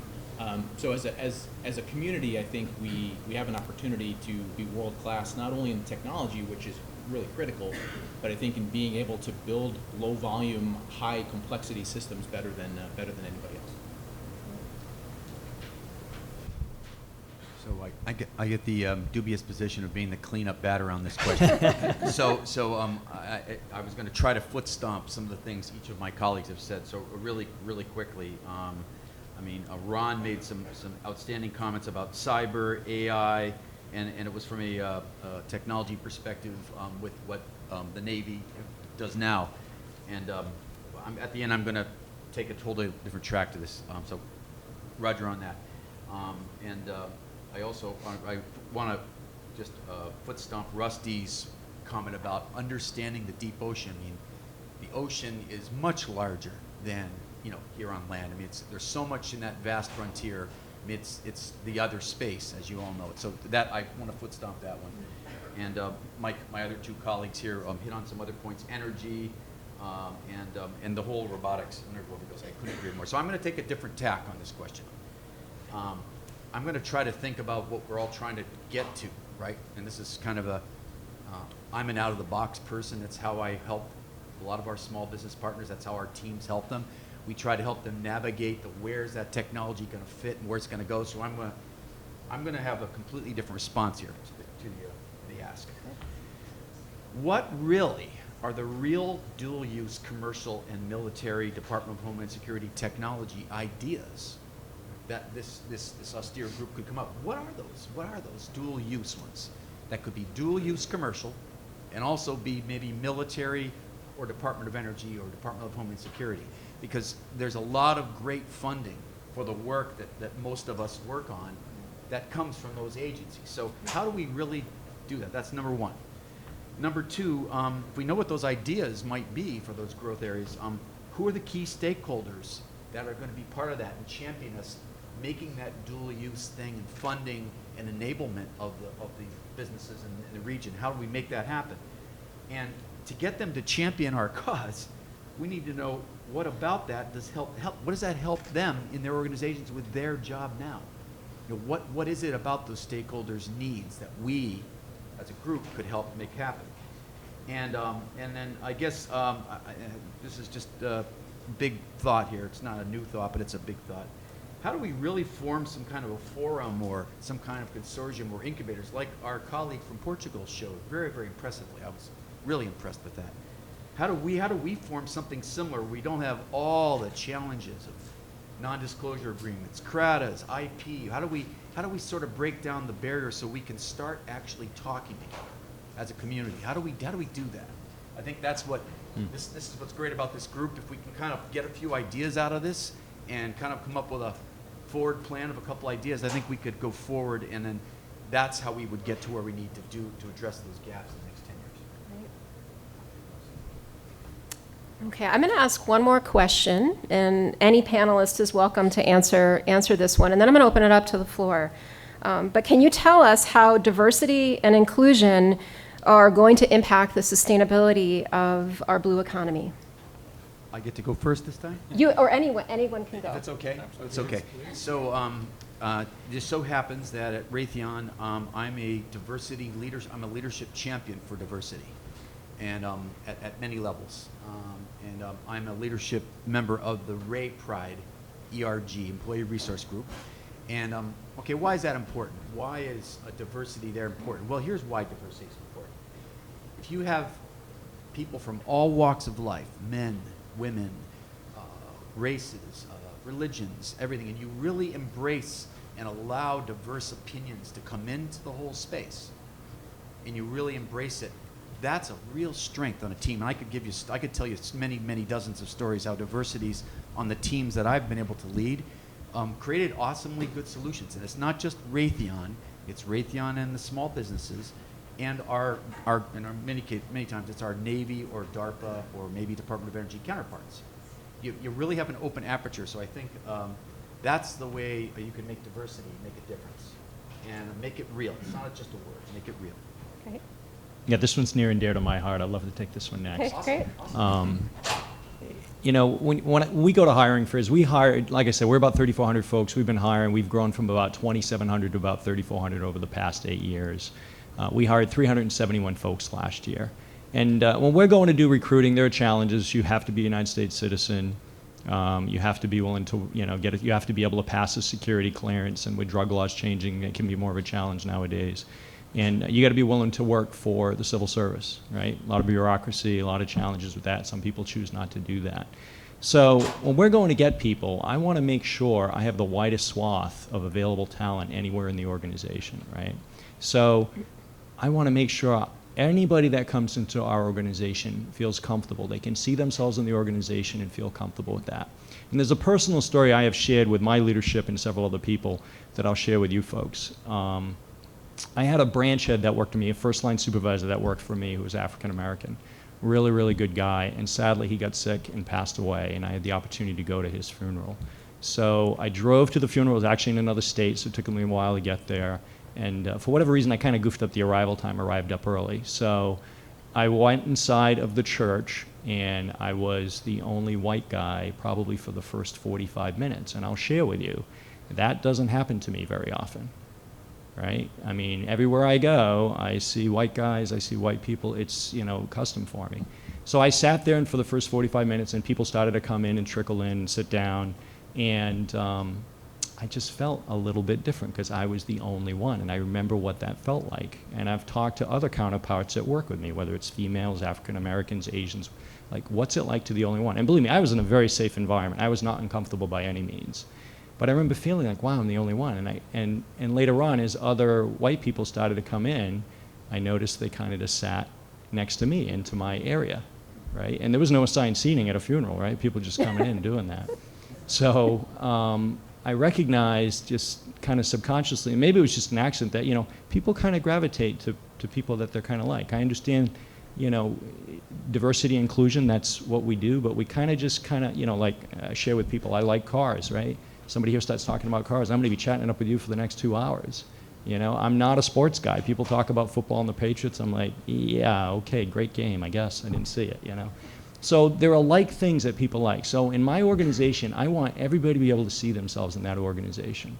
So I want a wide swath of people. It's really not about the numbers. It's about people feeling comfortable where they are, that they can see themselves in the organization and they can see themselves to a path of leadership in our organization. So that's what it means to me, and that's really from my heart. So, Great. Thank you. Thank you. All right, I'm looking forward to it. Let me quickly jump in. So diversity means different things to different groups of people. So in the College of Engineering, increasing diversity is bringing in more female students. In the College of Nursing, diversity is bringing in more male students. And so what we want really is all of that. We want greater representation of the underrepresented group as it applies to that particular domain. But diversity is really diversity in thought, and I think inclusion brings that different ideas and ideology, which leads to change. And if you're not changing, you're not growing. And so I think diversity and inclusion are critical for growth as an institution. Okay. I would just not a whole lot more to add, because I think my colleagues did a great job talking about the importance of diversity, I think if we're honest with ourselves, you know, our area of the country is probably much less diverse than many others, and so part of our challenge is to make sure that we're attractive as a region to you know, people of all races, colors, religions, and I think one way we can do that, there are certainly great organizations like NSBE, National Society of Women Engineers. So there are these communities that we can, if you ever want to get energized about a student group, just go to one of these national conferences like NSBE or Nshemba, and you'll see just an amazing group of talented individuals who are looking for jobs. So I think there are opportunities for our local universities to work, you know, tightly with those national groups and make sure that we're getting them the exposure that they need to be able to find the opportunities that exist in our region. Well, just so I don't stand out by not saying anything, let me. So I'm sure, like all the other organizations here, we and I mean this genuinely, we look at the numbers, we look at what's going on there, and we try very hard to make ourselves more diverse, and we're making progress as a company, as an industry. It is hard to recruit into a bureaucracy, in a private bureaucracy. Defense Department doesn't necessarily have the cachet it may have had sometime in the past, or maybe it's slightly better. It's tough, but we look at it very seriously and do all the things you would expect and demand out of somebody like ourselves that have a lot of taxpayer money coming to us to diversify. I'll give you a different spin on it. And this is the way I've lived, going back to sort of the example that Ron brought up here. I always want a team that's got out-of-the-box thinkers. I don't mean like Al's clearly an out-of-the-box thinker. He's already just shown us that today at the table here. I want to make sure I surround myself with leaders that are responsible, but not didn't come from the same background. I don't mean diversity. I don't mean ethnicity. I mean didn't grow up in the same community in the military, or didn't come from the same state or something. People that think differently, and because I want people that stimulate thought and don't do the status quo, and maybe don't know enough on there. They don't know the status quo, and they come at it from a different angle. I just hired a guy into my organization that came from a totally different world that does things totally different than us, because I wanted him to stir us up on there. And I think if you have that kind of an attitude in your organization at whatever level, you'll get the diversity that you want. You'll get the stimulation, you'll advance the thinking, and you'll do new and different things that you never thought of before. So I would add that on top of what you heard from everybody else here. Great. Well, before I turn it over, I thought I'd brag a little bit. We're number 5 in the country for the percentage of women faculty in tenure line positions in nationally ranked colleges of engineering. So you've all come to the right place. Diversity and inclusion are part of your corporate culture. So now I'd like to open it up for questions from the audience. Yes, in the back.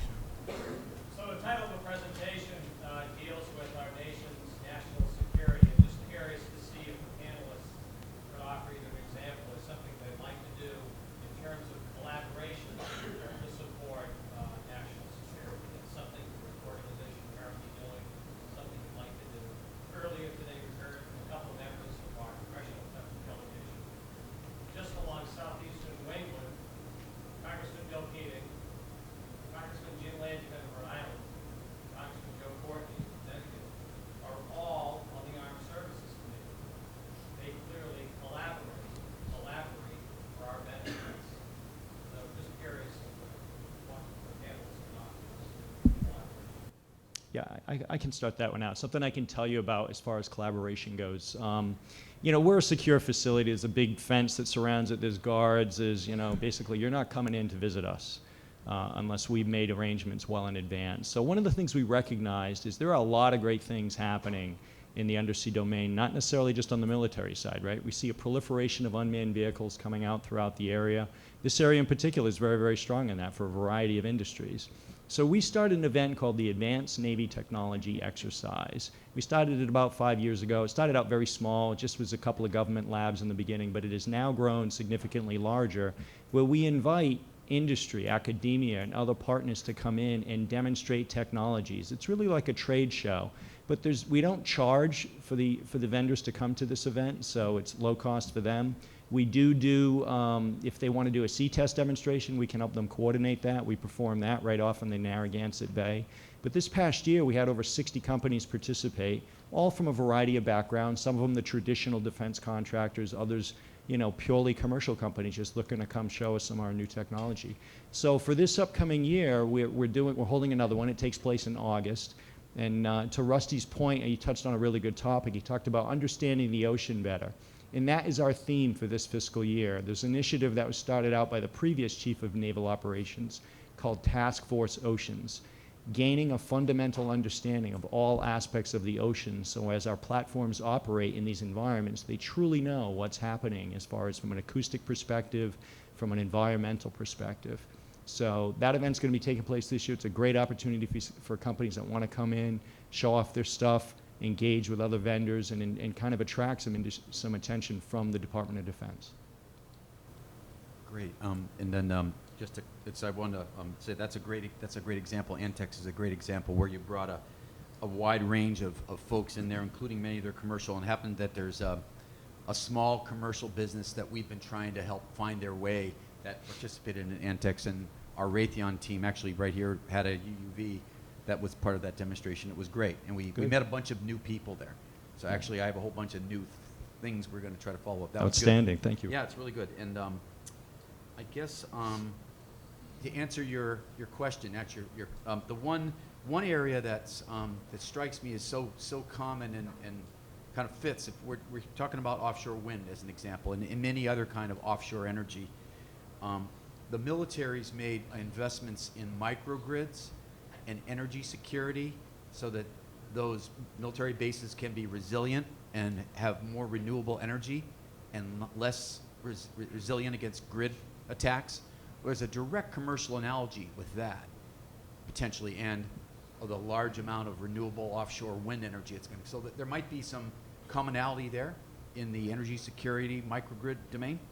And it's an area actually where our company's got a team of folks, very diverse, by the way, including a company from Australia, and we're building a microgrid on Joint Base Cape Cod right now.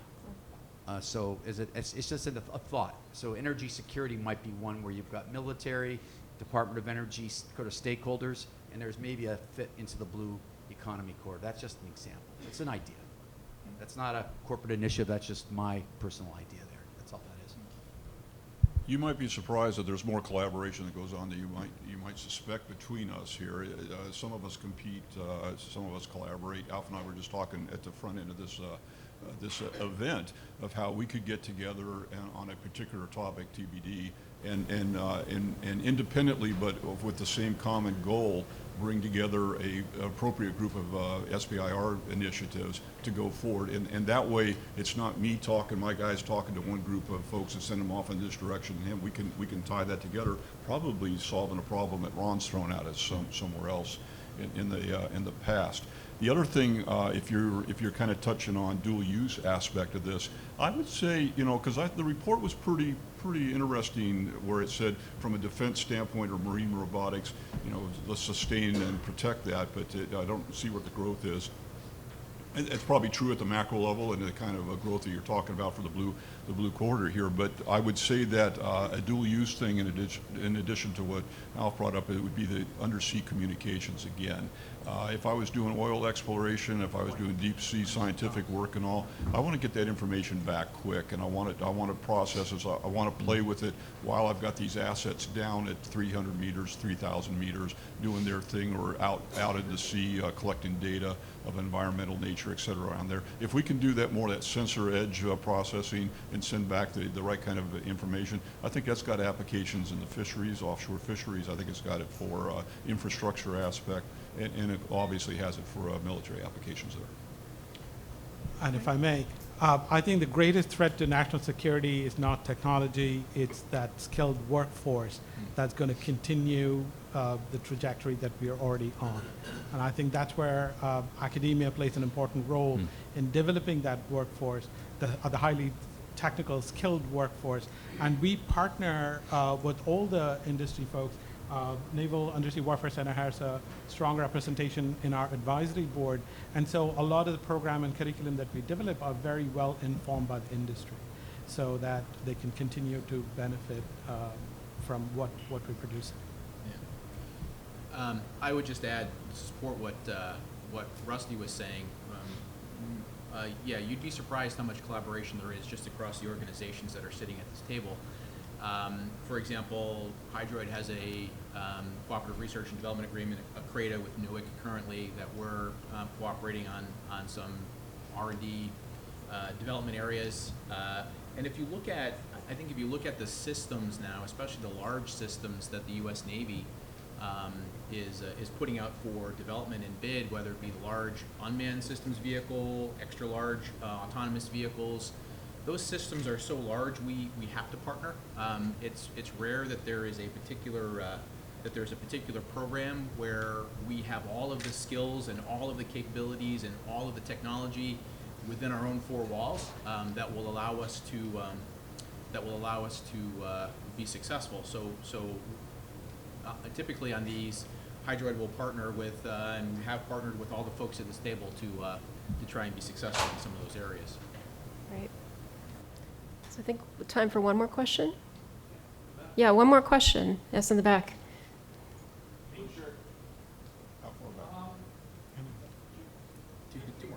Two more questions. Two more, yeah. We'll make our replies real quick. Right. How about that? Right. Two more A couple of you gentlemen talked about developing local supply base, local suppliers. And are you having trouble finding local suppliers? What do you do? What are their weaknesses that you see? No, we don't have, well, we don't have a lot of trouble finding the willing supplier base. The two things that are challenging, and electric boats run into this, and it's out in the public press on there, is depth and key technology areas. It may only be a one of on there, and that's given what they are facing with the Virginia class and also the oncoming Columbia, big challenge there. We run into it in our nerve and blood and, or excuse me, brains and aspect to a lesser degree, but that is an issue there. I think more importantly, more critical, and it's coming down the line right now, is the security requirements that are going to be put on the supplier base. The Navy is taking purposely and for understandable reasons from a national security standpoint a way more serious posture on how they handle information and how we handle it as industry going forward, and they're rolling it down through the supply chain.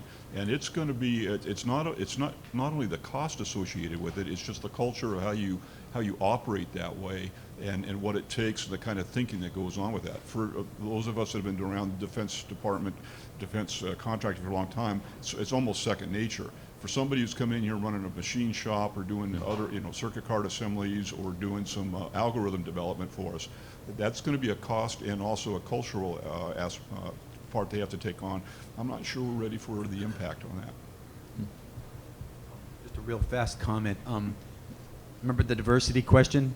The diversity question is also can create one of the challenges with supply chain. One of the things we run against lots of times was lots of the innovations that come out of universities or whatever, we run up against the fact that folks aren't citizens or don't have citizenship in the work. So that limits how much development, how much collaboration we can do because of ITAR restrictions. So that's a big challenge in the supply R&D base, if you will, for us and what we do. And I think that also could be a challenge in that blue economy dual use thing we spoke of earlier.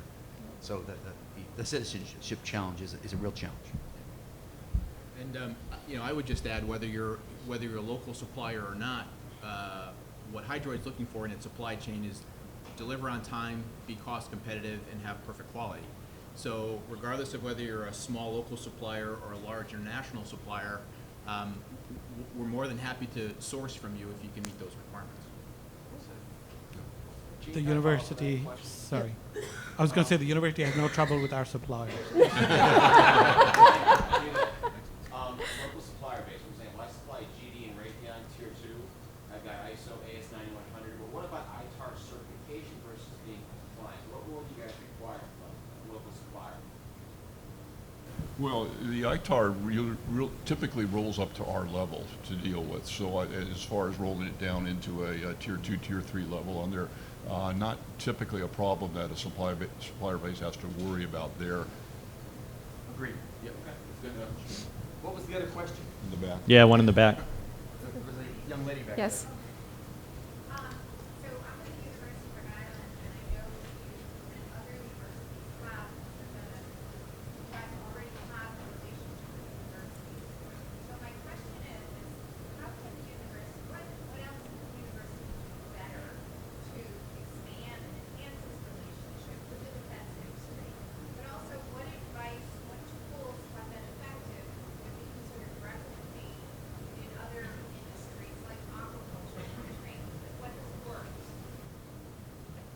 I can speak from the Naval Undersea Warfare Center. We have a very strong relationship with URI. I mean, Dr. Dooley, we exchange on a regular basis. We have educational partnerships agreements. We attend the events on a regular basis. You know, we're big advocates for the local industry, universities and colleges in the area because we hire so many people from them. So yeah, for us, I think it's great. That's as good as it gets. As far as get me more electrical engineers. That's what I need right now. Computer scientists, computer engineers, electrical engineers. That is my big focus area. Yeah, if I'd been sitting in the crowd, I would have reversed the question and asked, well, I'll ask you, what can we do to make it to converse better? Because I don't feel like organizationally we are as proactive in the exchange. These are great forums. This gets a lot of conversation going, and I think an URI relationship that I'm aware of but not part of, because our organization hasn't taken the step. So I think a lot of it, I'll speak for GD, is on us, GD Mission Systems, to take the step and have these conversations. I think they flow pretty quickly. I've never had any resistance on either side to do it. It's just stepping out. And I'd like to follow up with that. So where the industry can really engage universities is really at multiple levels, right from serving on the deans and the chancellors and the provost advisory councils, so you have a very meaningful voice in shaping a lot of our initiatives. But even at a lower level, it's about internships, it's about capstone projects, it's about engaging faculty in research, SBIR and STTR engagements. All those are incredible opportunities to engage high-quality students and faculty. I would just add that I think from the standpoint of what could you do better, I think every institution that's looking to create something, especially an industry academic collaboration, needs to spend some time thinking about what is it that's discriminating in their offering that they can do better than somebody else. If you look at kind of the community that's being developed here, I think it's leveraging unique capabilities, the geography, the supply base, and the technology development that already happens in this industry, trying to pull that together into something that you can't create necessarily somewhere else. So I think there was some time that was spent to think about what is discriminating about that offering that makes it not only the best in the country, but the best in the universe, according to the Chancellor. So, so I think everyone who's looking to stand up something, and there's only so much money to go around, everyone who's looking to stand up something and grow it has to spend some time thinking about what is discriminating about what they're trying to develop that's different and more value added than somebody else. Just a quick adder. I couldn't say it any better than any of my other colleagues. Maybe it would be great if some of those ideas we talked about before, you know, for the blue economy, maybe those ideas could create more pull and maybe a little bit of seed funding where we could bring in more internships in some of these out-of-the-box lanes. So we could start that stuff earlier in all of our organizations. So we could, if it was, so it'd be, what are the ideas first, and what are the, you know, create some pull, and we all have champions in our organizations that would want to do more with the universities, and then, you know, some small federal funding to kind of just seed it. It's not a lot of money, just something that would initialize more diverse internships. That's just an idea. Well, please join me in thanking our panelists. Great discussion. I'm doing fine. You're welcome. Closing remarks? It's your house. Yeah, we're done. Let's give the panelists another round of applause.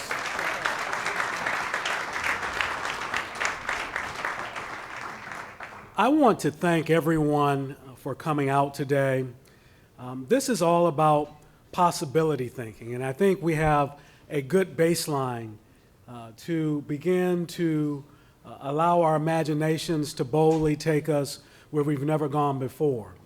This is a regional opportunity that will enhance every community throughout the region. Fall River, New Bedford, Taunton, Rhode Island, every place will benefit. Collaborating with academia, government, and industry is essential. If you didn't know before you came into this room, you should know by now we have the assets to create the greatest blue economy on the planet. No offense to Portugal, okay? okay? But it's up to us. I think we've done the easy part. The real work begins starting November 2nd, tomorrow. And we will need all of you to help us figure out the best way forward. It's about strategy. It's about helping everyone see themselves in that overarching strategy and us working together to make it happen. So I want to welcome you to UMass Dartmouth. We provide a private college educational experience at a public university value. In case you didn't know, you're sitting on 710 acres of land, 15 minutes from the ocean, and a half an hour from the Cape. We will be known as the preeminent institution when it comes to marine science, marine technology, the marine space, all things blue on the planet. That's my story. I'm sticking to it. And have a good day here at UMass Dartmouth. Thank you all for coming.